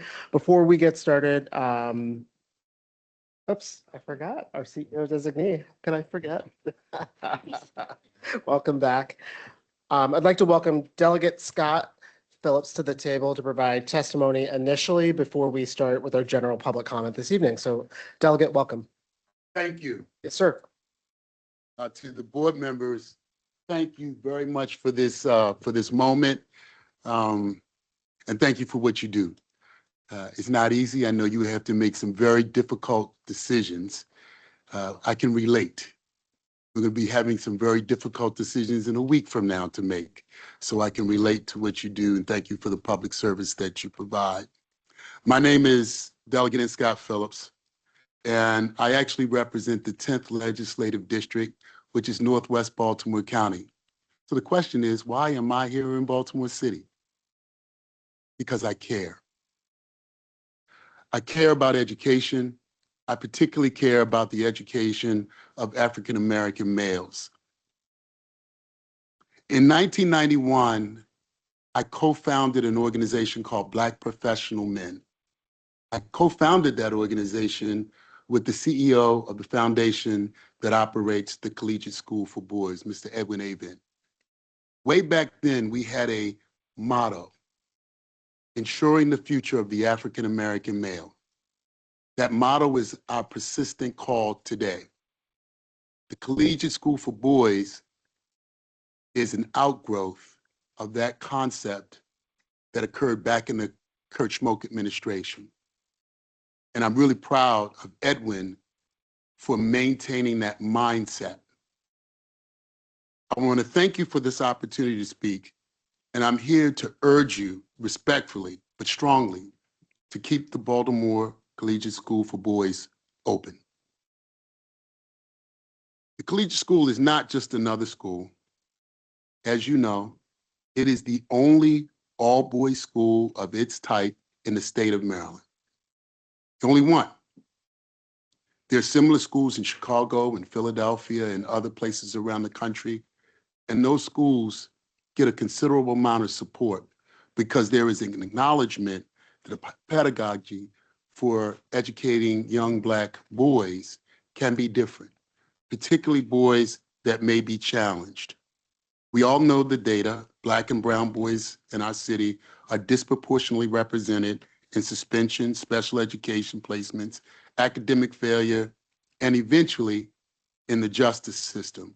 I actually serve on the Juvenile Justice Reform and Best Practices Commission. And in that role, one of the things I know is that we are overrepresented as African American persons in that system. So closing this school will not help to fix those challenges. It also will not be in the best interest, I think, in the parents and the students and the staff, just due to the disruption that it will cause for those who have chosen this unique academic experience. I will say to you that I understand that there are concerns about performance or management issues, and I understand that you guys have metrics that you look at and you follow, and you're getting recommendations based on the school system's review of that. But I will also say that there are some things that you can't count. You can't put your finger on. When I talk to Edwin and I talk to the staff and I go there at the beginning of every year and we do this handshake thing where there are probably 100 to 150 men standing around the room with these young boys, offering them encouragement for the year, you can't put your finger on the impact that that will have with these young men. When you think about the fact that it's my understanding that these young men, after they've gotten out of collegiate school and they end up in one of these high schools, they're actually graduating at a higher rate than the average of Baltimore City. You can't put your finger on that.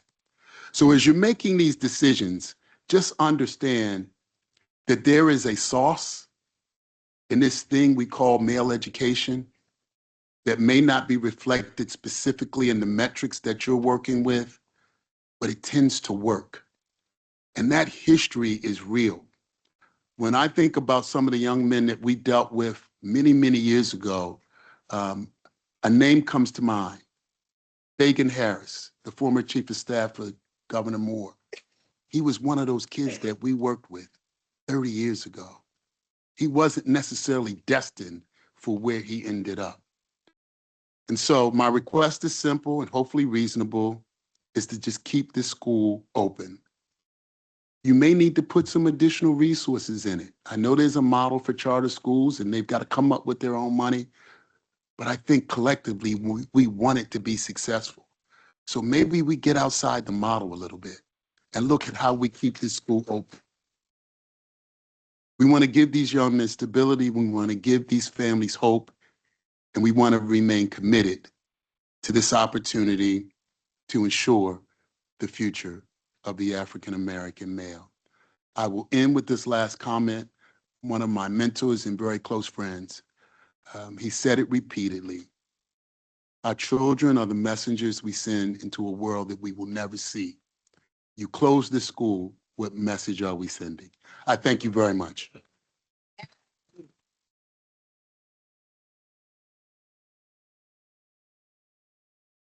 Thank you so much, Delegate Phillips, for your comments this evening and for joining us here tonight. It means a lot for you to cross the waters from the county line into the city to join us. We really do appreciate that for your thoughts and additional comments tonight. Turn it back over to Tawana to lead us through.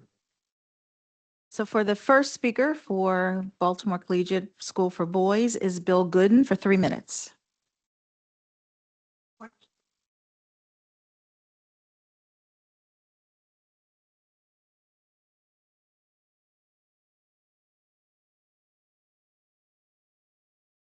So we want to make sure, so one of the things, the protocols that we have in place is around like seating time. So we want to make sure if you have comment that you do want to share, we can come back to you, but only those who are signed up on tonight's list can go tonight. So we can't see, so we cannot see to another group.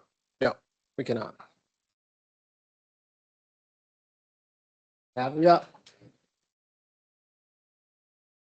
Hey, I'm going to thank everybody for being here, and it's unfortunate that I couldn't give my time to one of these young guys who went to that school. But I will say this, it's a couple of you board members that, I remember when you was running trying to get elected. And one thing I've always enjoyed that people say is that we're not going to be no rubber stamp, right?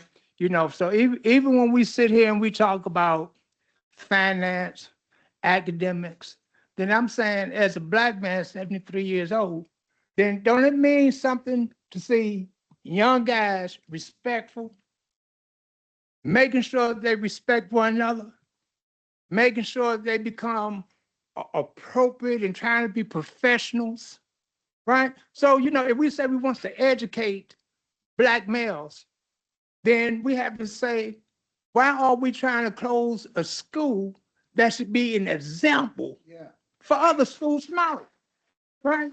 That if it's a money issue, then why don't the people that are responsible for education, as the delegate just said, bend some rules a little bit to make sure that this here school is the hope of the future. And see, a lot of times when people say keep your eyes on the prize, they are the prize, right? So I'm saying, so where your eyes at, right? We can't say that we want to make sure that young guys don't end up in prison, don't end up dead, don't end up on drugs. But when you have somebody come along trying to make sure that don't happen, then we have to fight the educators, the people who supposed to really be concerned about young people, and we doing the same stuff we was doing back in 1950. Why are we fighting for education today for Black people to get educated, right? So we depend on y'all, right? Y'all supposed to be the educators. I've been here since 4:30, and I got here at 4:30 because y'all said you had to sign up between 3 and 5, right? Now, in my opinion, everybody that's here should have an opportunity to speak because they here because they're concerned, but y'all don't give them that opportunity to be heard. So only a few people had that opportunity to speak for everybody. And that's not right? And I've always said that, right? So if we want people to participate, then why do we come up with schemes to make sure that people don't participate?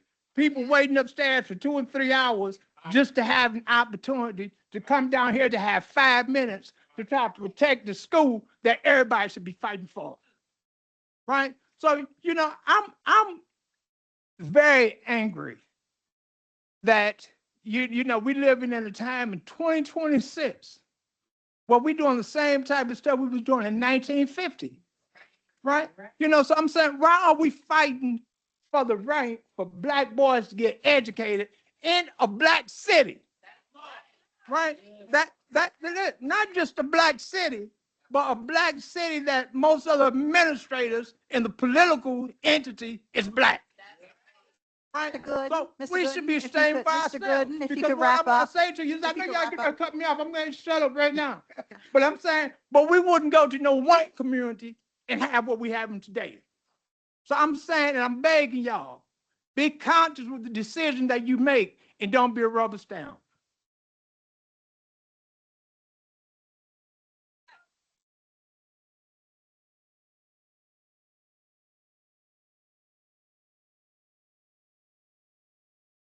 The next speaker is Seth Morton.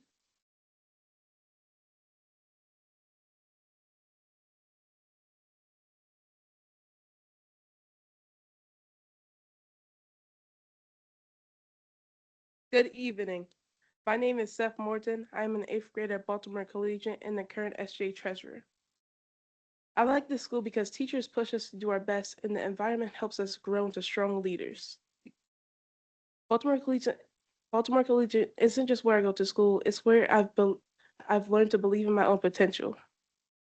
This school has helped shape me into a responsible, caring individual and has given me a strong support system that pushes for high-level academic achievement and prepares me for an excellent high school placement. I also enjoy the extracurricular activities here at Baltimore Collegiate, like the Science Olympiad, Junior Achievement, and the Student Government Association.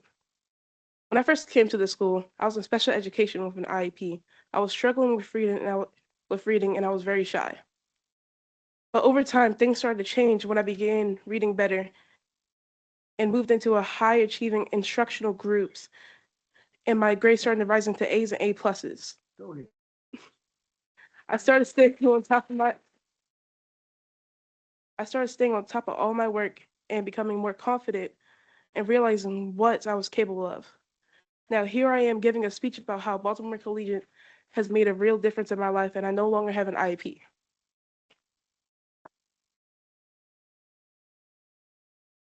Baltimore Collegiate has helped me learn, stay focused, and prepared for high school and beyond. So please save our school. Again, my name is Seth Morton. Thank you for listening to my message. But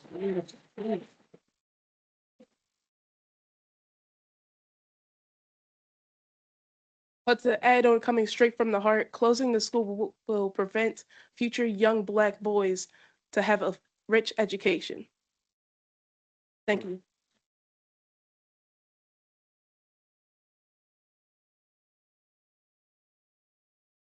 Next is a written statement from Mark Washington. Today, we are not just talking about a school. We are talking about fairness. We are talking about truth. And above all, we are talking about young lives whose futures are being shaped by the decisions made in this room. Baltimore Collegiate Charter School exists because this city dared to believe that Black boys deserve excellence, not excuses.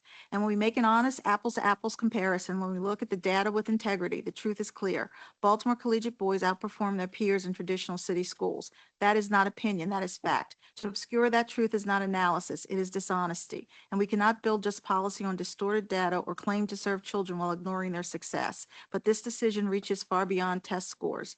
The school transformed a once abandoned building into a place of purpose and possibility. It stabilized the neighborhood, rallied families, and restored belief through years of hard-earned community effort. To close it now is to unravel that progress and to send a dangerous message that even when communities succeed, the work can be erased overnight. And timing matters. As BCPSS leadership transitions, a decision of this magnitude should not be rushed or checked off on the way out the door. It deserves pause. It deserves fresh eyes. And it deserves the voice of the incoming administration that will inherit its consequences. What is at stake here is not convenience, it is credibility, it is community trust, it is the future of young men who are already beating the odds. Baltimore Collegiate is not perfect, but it is working. It provides structure, safety, and opportunity. It anchors a community, and it delivers outcomes we should be strengthening, not shutting down. So today, I ask you to see the full picture. See the students, see the families, see the community. Let us choose truth over timing, progress over politics, promise over paperwork. Because saving Baltimore Collegiate is not about holding on to the past, it is about holding faith with the future.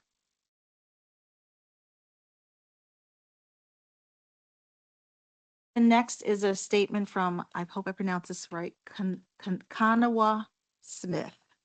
Dear members of the Baltimore City Board of Education, I'm writing as a deeply concerned parent and longstanding member of this community regarding the proposed closure of Baltimore Collegiate. This school has played a critical role in my family's life.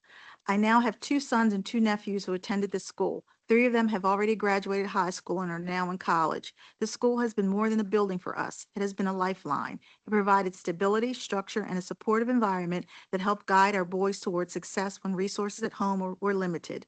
For many families like mine, this school is the foundation that keeps our children focused, motivated, and connected to positive opportunities. Closing the school would not only disrupt my son's education, but would deeply impact a community that depends on this institution for our boys. This deeply saddens us because 3 of the boys in my family have graduated from the school and went on to college to pursue their careers. Baltimore Collegiate is a source of pride, tradition, and hope, a place that has proven time and time again that our children can rise when given the right support. I'm pleading with you to reconsider the closure and to work with families and community members to find alternative solutions. We are ready to advocate, volunteer, and partner in any way necessary to help strengthen the school. We simply ask for the chance to preserve this vital resource for our children and future generations to come. Thank you for your time, consideration, and commitment to Baltimore City students and families. I sincerely hope that you will stand with us in saving our school.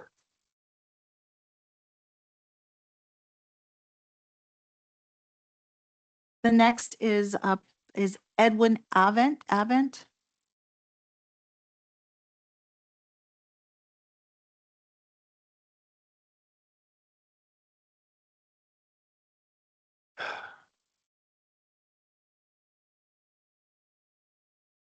Good evening, Mr. Chairman, members of the board. My name is Edwin Avent, and I am here to speak on behalf of the students and families of Baltimore Collegiate School for Boys. Tonight, I want to be very clear about what is at stake and what the facts actually show. Baltimore City graduation rate for Black economically disadvantaged boys is roughly 60%. In some years, it is lower. That means 4 out of 10 young men never earn a high school diploma. That feeds into the school to prison pipeline. Now, let me share what happens to boys who attend Baltimore Collegiate School for Boys. Over the last several graduating classes, BCSB alumni have gone on to graduate high school at rates between 85 and 92%. In 2025, in 20, in 2025, 86% of our alumni graduated. In both 2023 and 24, 92% of our alumni graduated from high school on time. And nearly half of those boys are now in a 2 or 4-year college. Yeah. These are not selective students. These are Black boys from the same neighborhoods facing the same economic challenges reflected in the citywide data. The difference is not who they are, the difference is the school they attended. BCSB works, and it works long after our students leave our building. So I asked the board plainly, how does it make sense to recommend closing a school where 9 out of 10 Black boys graduate high school when only 6 out of 10 graduate from the other schools? But this decision is not just about academic outcomes, it's also about sustainability. I've heard you loud and clear when it comes to the finances. Here too are some of the facts. BCSB has a clear and realistic fundraising plan projecting over $500,000 per year over the next 2 years and more going forward. It includes major gifts, foundation support, community fundraising, and annual appeals. This is not aspirational. It is a structured plan with identified revenue streams and timelines. I shared those with you in an email that I sent you recently called our progress report. In addition, we have received a formal written commitment from Jonathan Melnick of Melnick Newell, the prospective purchaser of our building at 2525 Kirk Avenue. In his letter that you should have by now, Mr. Melnick affirms his full support for Baltimore Collegiate School for Boys, his intention to purchase the building upon charter renewal, and his willingness to enter into a long-term rental agreement that supports the school while responsibly paying down the mortgage. With the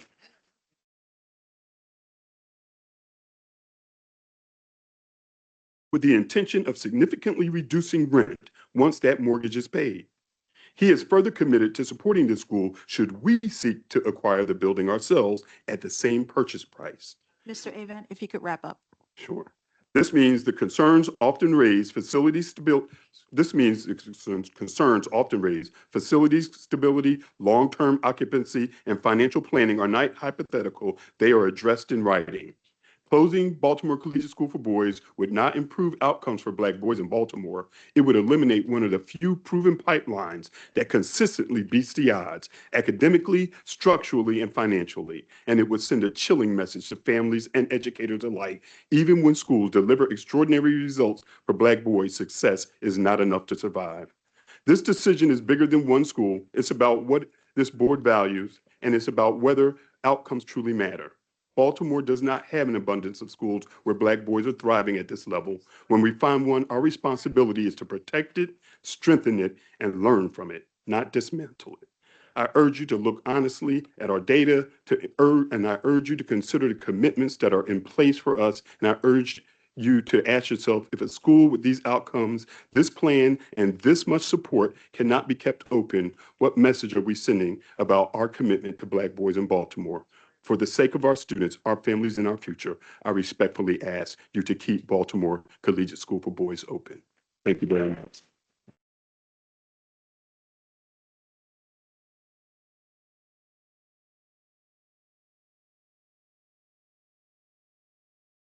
The next speaker is Kelvin Bridgers. The next speaker is Kelvin Bridgers.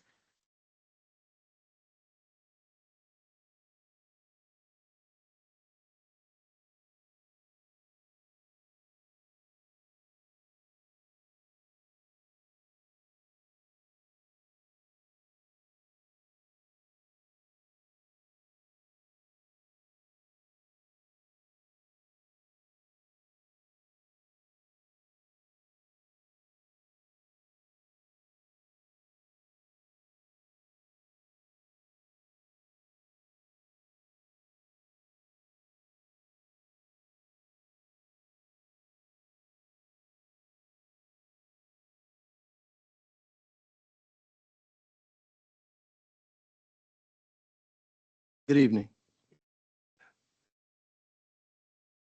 My name is Kelvin Bridgers. I'm the principal at Baltimore Collegiate School for Boys.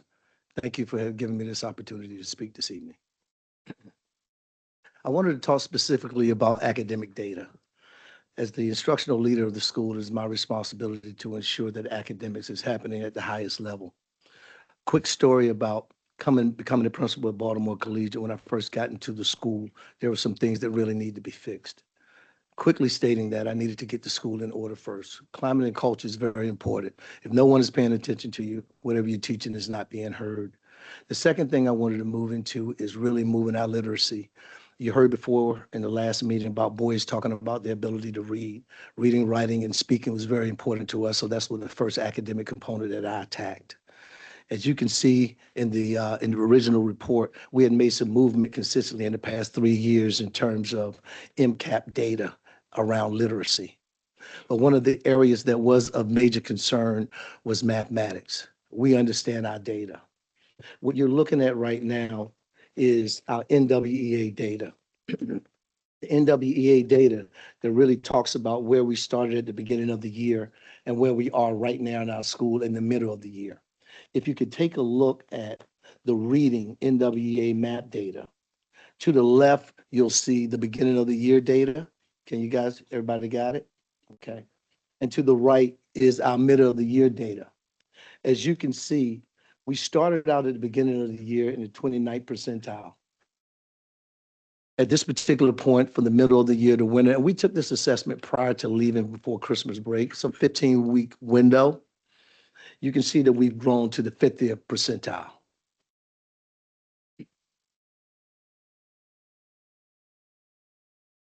And below is really just the breakdown of every grade level, where they initially started and what their growth is. I wanted to move next to the mathematics, if that's okay. Mathematics was the area of most and major concern. We're very proud of the work that we've been able to do. As you can see at the beginning of this school year, our boys started in the 22nd percentile. Now we've moved to the 55th percentile. We're paying attention to what's important around academics. We can't make any excuses for it. We have to own the data that we assume when we take over a school, and we have to make it work. We're not excuse makers. So what we've done strategically around mathematics is we've hired additional math teachers. You'll see that our student to teacher ratio around mathematics is reduced to around 12 to 13 boys inside of a classroom. Along with that, we've also hired an additional math intervention instructor that goes into fourth, fifth, seventh, and eighth grade, along with paraeducators. And at the same time, these folks are still a part of our professional development on a weekly basis. They're planning with those teachers. Everyone is on board and on the same note when it comes to making sure that the lessons that are being delivered are aligned with the MCAP types of component. Mr. Bridgers, if you could wrap up. Okay. But I wanted you to take a look at this and share with you that when it comes to the academics that are happening at collegiate, this is giving us a great indicator of our movement. It's not necessarily apples to apples with the MCAP, but it's a great indicator that if you got kids that a certain percentage of boys are between 65 and 70% percentile, that more than likely they're moving towards proficiency on the MCAP. Thank you so much for listening to me. Have a great evening.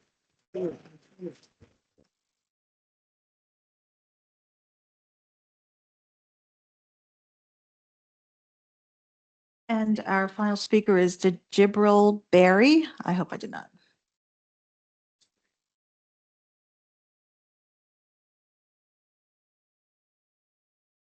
Good afternoon, committee. My name is Jibril Barry. I'm a senior law studies major at Delaware State University, aspiring to be a corporate attorney, where I will be going to Rutgers Law School next semester.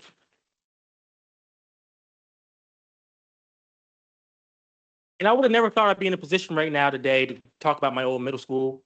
I'm a part of the graduating class, that Vanguard class from 2018. So I first originated at Baltimore Collegiate from 2015 to 2018. You know, I'm 10 years removed from that, from the school. So it's kind of crazy to think of. I was 12 years old when I was there. Now I'm 22. But to come back to those kids every year at their annual alumni day and, shake somebody's hand and give them a compliment to show them that where you're from does not dictate where you're going to be. No, it's kind of crazy. I live in Delaware now. I drove an hour and 30 minutes from Delaware to come to Baltimore just to speak because Baltimore Collegiate has played such an instrumental role in my life. When you talk about me being courageous, my integrity, hard work, grit, all of that has originated from here. Just having a positive male role model every day I walk into school and just being able to see somebody who looks like me, who's gone through what I've gone through, and now, to come out on the other side to say, now I can be that for somebody else is truly inspirational. And just taking away Baltimore Collegiate would be such a mistake on the city's behalf. That's all I just have to say.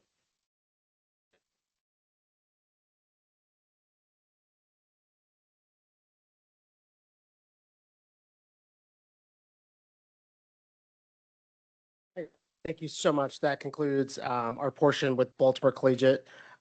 We recognize that there are far more comments than we can actually accommodate this evening. And we will continue to accept written comment through end of day tomorrow. We have received considerable comments regarding the school community in writing that the entire board has access to, so we do appreciate that. I want to thank each and every person who came tonight. I want to thank the operator, Mr. Avent. I want to thank our delegate who came to speak on behalf of Boys Collegiate. I'd like to thank Mr. Bridgers, our principal. I'd like to thank our young boys who came, our parents, our community members, all who are here, along with our folks from BTU and membership from BTU to support and provide comment to the board this evening. Thank you. Please don't close our school.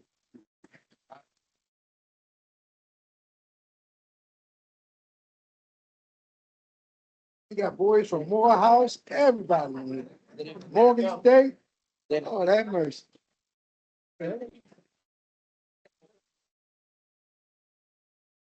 Beautiful, man. I'm glad you got a chance to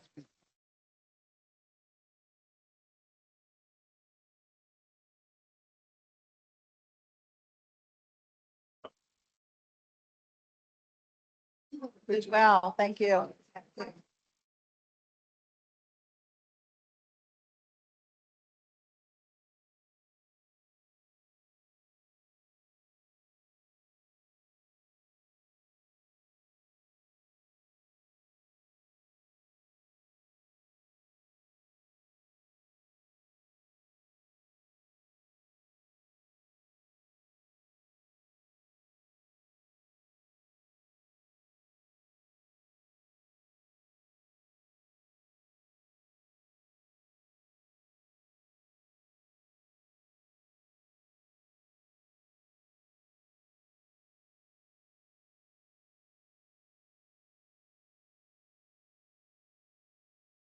Excuse me, if people could start clearing out, we have other schools.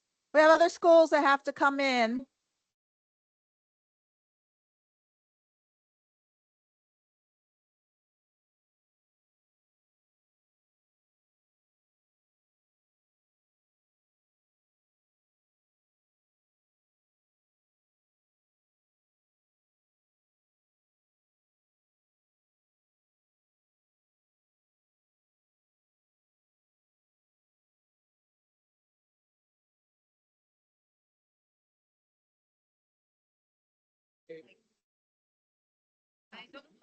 Oh, I'm sorry. Okay. Oh, yep, thank you. Yeah, the ones that you got, what I can them up, probably. Yes. Okay, yeah, that works. I'll talk to you. Thank you.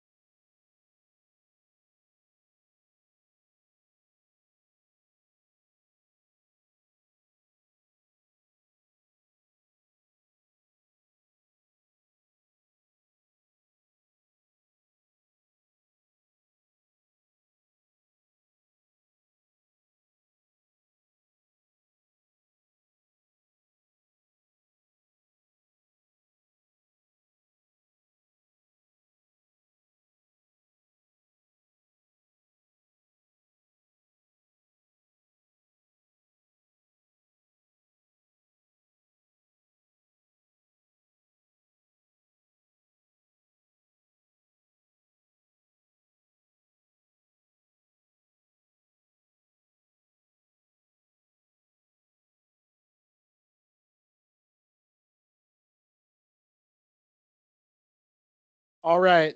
So I want to thank everybody who's joined us thus far. That's right. Conditioning us, ma'am. I'd like to thank everybody who's joined us thus far. We have two more schools that we have to look at this evening, as well as our surplus buildings. So I'd like to ask the remaining folks who are going to join us for folks who are transitioning to do so quickly so we can move forward.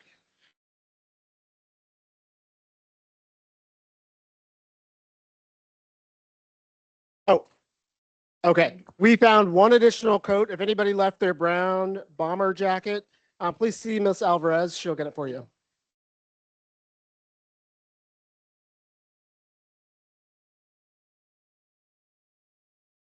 All right, let's move forward pretty quickly this evening. I want to make sure that the folks from National Academy Foundation have an opportunity to present. So ladies and gentlemen, I need to make sure that we can have, especially our staff here at Baltimore City Schools. Thank you. All right, we're ready to go. So the next is National Academy Foundation, and we have a video from Martin Alvarado.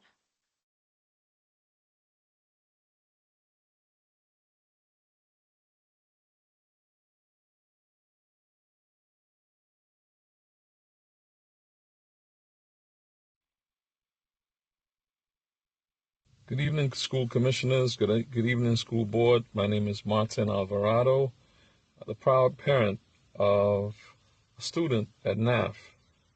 Now, I know today we are discussing changing the bands at NAF, and I understand the reason why. I get it. Unable to hear this video, But I'd so like if for we us could do our best to reboot, that would be great.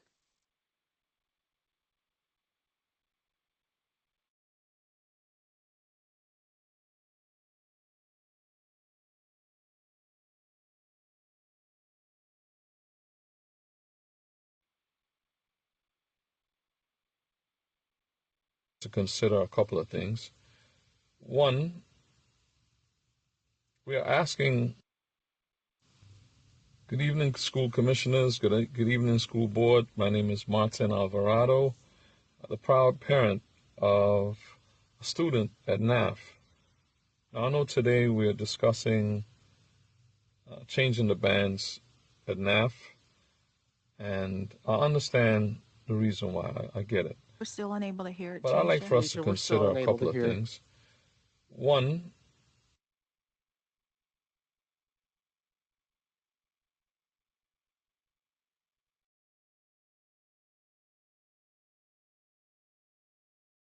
Okay, can we come back to the video?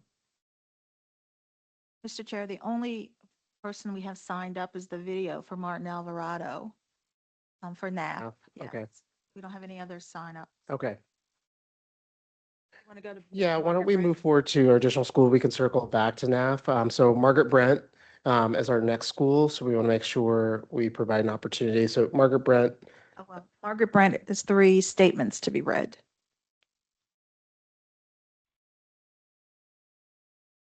So the first is from Amanda Parks. Dear School Board, I'm writing to you today asking that you vote against rebanding Margaret Brent Elementary School. Excuse me, elementary school into just an elementary school. I have 2 children at this school with a 3-grade gap. When my oldest child enters middle school the year after next, I will need to consider moving both my children to a different school. That is not something I want to do to my children. Growing up, I moved states several times and went to multiple schools for elementary and middle. I know firsthand how disruptive it can be to change schools, losing friends and connections, making new friends, and acclimating to new environments and expectations, all while maintaining good grades. One of the reasons we selected our home was because there would be this option of continuity in our community school that I was not offered. There are many other families at Margaret Brent with children that have a similar grade split, and if they all moved their children to new schools, then we end up back in the same place with declining enrollment. While I have not completely satisfied with the amount of enrichment in the middle school, no clubs or social events geared towards those students, I remain confident that my children would continue to go to Margaret because we like the community, the other families and teachers, and my children respond to arts-focused programming more than STEM program. I remain hopeful that with new leadership, there's potential for an improved middle school program. We also have an involved PTO that is willing to organize and facilitate some of those initiatives and create a more well-rounded middle school experience at Margaret Brent. While our middle school is not perfect, and I understand that there are different requirements for operating a middle school from an elementary school, I think that this recommendation has really lit a fire in the community and is creating a need for action. I believe that with the addition of new leadership, the involved community and parents, we can improve the enrollment at our school. Please vote no to reban Margaret Brent Elementary Middle School.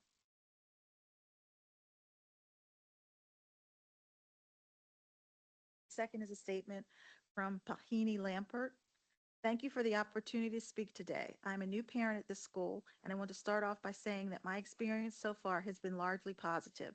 My child feels supported, and I have been impressed by the care and commitment of the staff. That is precisely why I feel genuinely conflicted about this proposed merger. On one hand, I understand the challenges the district is facing and the intent behind considering consolidation. On the other hand, as a parent who is just beginning to build trust in this school community, I'm worried about whether a merger will truly sustain enrollment and meet staffing needs in a way that preserves what is already working. From a parent perspective, stability matters. Families choose schools not only based on academics, but on consistency, relationships, and a sense of belonging. Introducing a merger so early in a family's experience creates uncertainty that may unintentionally push families away rather than attract them. If enrollment declines instead of stabilize, the impact will be felt quickly in staffing, class sizes, and student support. I'm also concerned about the effect on teachers and staff. Strong schools depend on educators who feel secure, supported, and clear about their roles. Staffing uncertainty can affect morale and retention, which in turn affects students in very real ways. I am not here to oppose change outright, but to ask for reassurance. I would like to better understand how this merger will protect enrollment, support staffing, and preserve the positive culture that drew families like mine to this school in the first place. As a new parent, I want to feel confident that this decision strengthens, not destabilizes the learning environment my child is just beginning to call home. Thank you for listening. And the last statement is from Nick Snyder for Margaret Brent. Good afternoon. I'm writing to comment on the proposed consolidation. Yes, okay. I'm writing to comment on the proposed consolidation of Dallas Nicholas Elementary School and Margaret Brent Elementary School. I am the parent of a kindergartner at Margaret Brent and am cautiously in favor of the merger. However, I have concerns about whether sufficient planning and support are being devoted to the long-term success of students, staff, and families from both schools. My concern is that the focus not be limited to the administrative act of closing one school and enrolling students in another.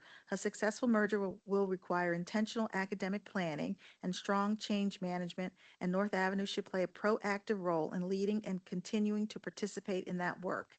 Dallas Nicholas currently has lower academic achievement than Margaret Brent. Students transitioning from Dallas Nicholas will appropriately need additional instructional support to reach grade level expectations.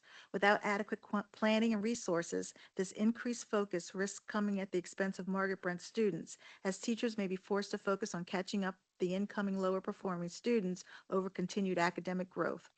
BCPS should be actively involved in ensuring teachers are equipped to meet the needs of all students. In addition, district-level guidance will be critical to successful school integration, particularly with a new incoming principal. BCPS should provide clear best practices and support to help ensure Dallas Nicholas students and families are intentionally welcomed and fully integrated into the Margaret Brent community. I encourage the board to view this consolidation as a long-term change process and not merely a short-term facilities decision, and to commit the resources and leadership necessary to make it successful for all students, teachers, and parents. Thank you for your time and consideration. That's the last comment from Margaret Brent. If we want to go back to Okay, the so, previous school. all right, so there's the three schools that we have for, and three comments, I'm sorry, for. Yes, for Margaret Brent. Okay, and then did we receive any comments this evening regarding building surplus? We have, yes. Right. Did you want to take that or go back to the video? Yeah, why don't we transition just to give one more behind the scenes work on the technology, Okay. and we'll transition to building surplus. So the next one is the Alicia polls.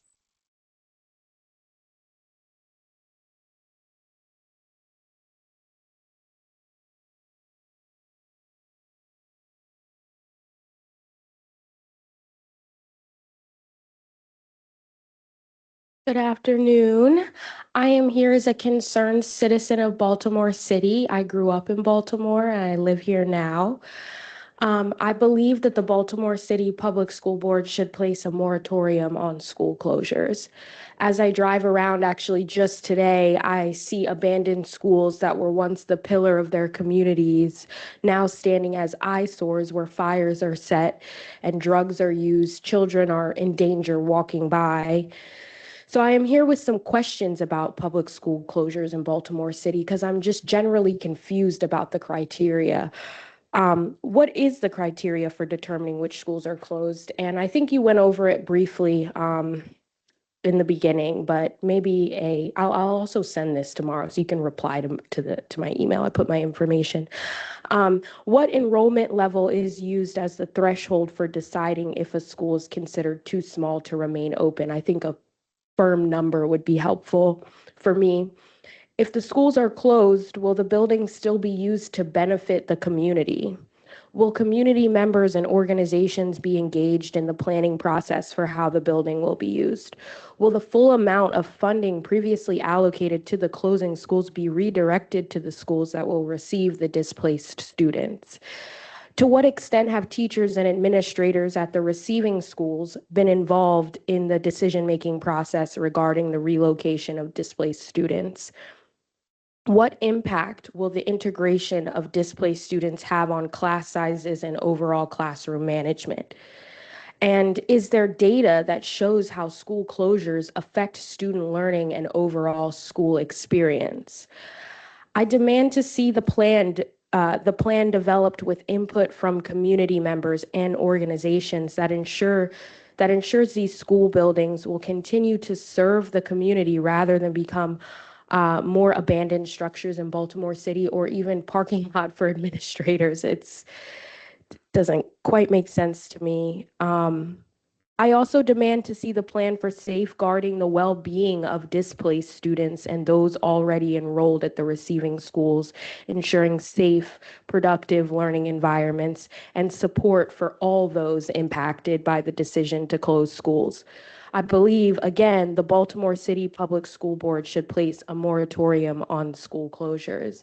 I also, just off the top of my head, and from all of the testimony that we heard tonight, it feels as if these decisions are being based on just a few numbers, and these are people's lives. I grew up in this city. This is the future of our city. You want development, you want progress, you need schools to do that, you need open minds, you need Black children to do that. So I'll end there. I have included my contact information, and I will send this tomorrow for the online. Thank you. So much. That takes us to the end of public comment. We're going to try it one more time, I believe. So to Try a video from Martin Alvarado for NAF.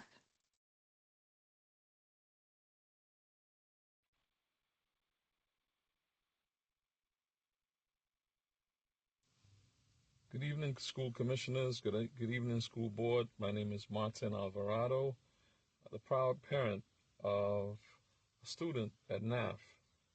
Now, I know today we're discussing changing the bands at NAF, and I understand the reason why. I get it. But I'd like for us to consider a couple of things. One, we are asking our students, who most of the parents, when we enroll our children into NAF, we would have said to them, you're going to start in the 6th grade here, and after that, you're going to go until the 9th grade, and you'll go on to high school. And I believe in the minds of most of our students that that idea is etched in.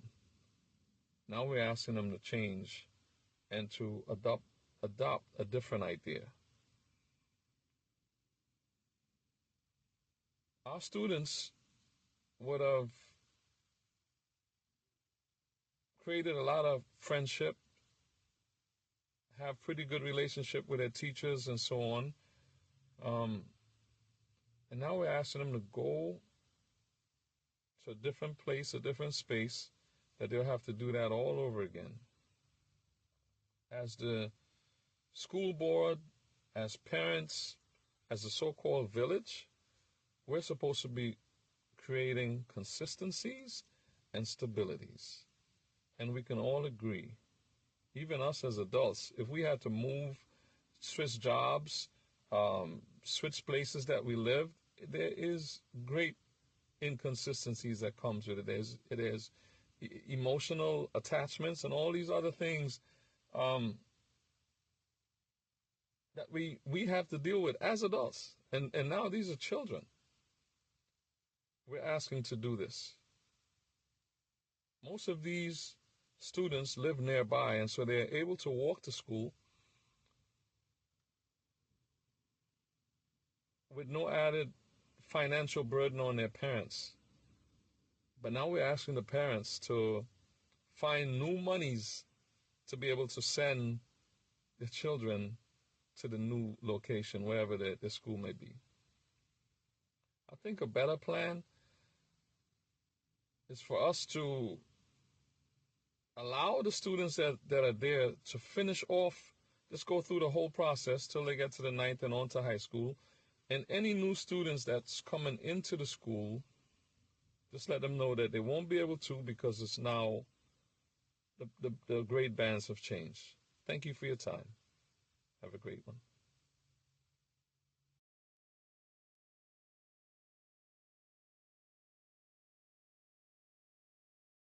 Excuse me, I believe that takes us to the end of public comment this evening.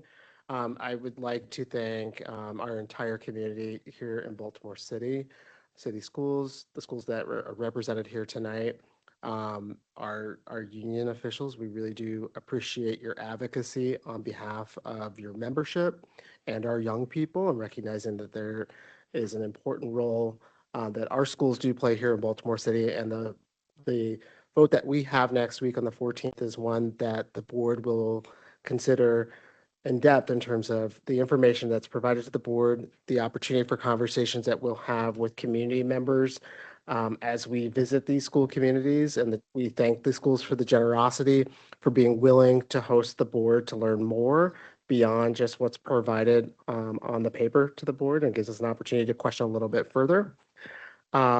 We will accept public comment through the end of day tomorrow. I do encourage the public who may not have been able to speak tonight to be able to reach out. On City Schools website, we have the address. It's quite long. We can accept it two ways: through the portfolio recommendations email or through school board email, but all of those will reach the board before the board makes its final decision on the 14th.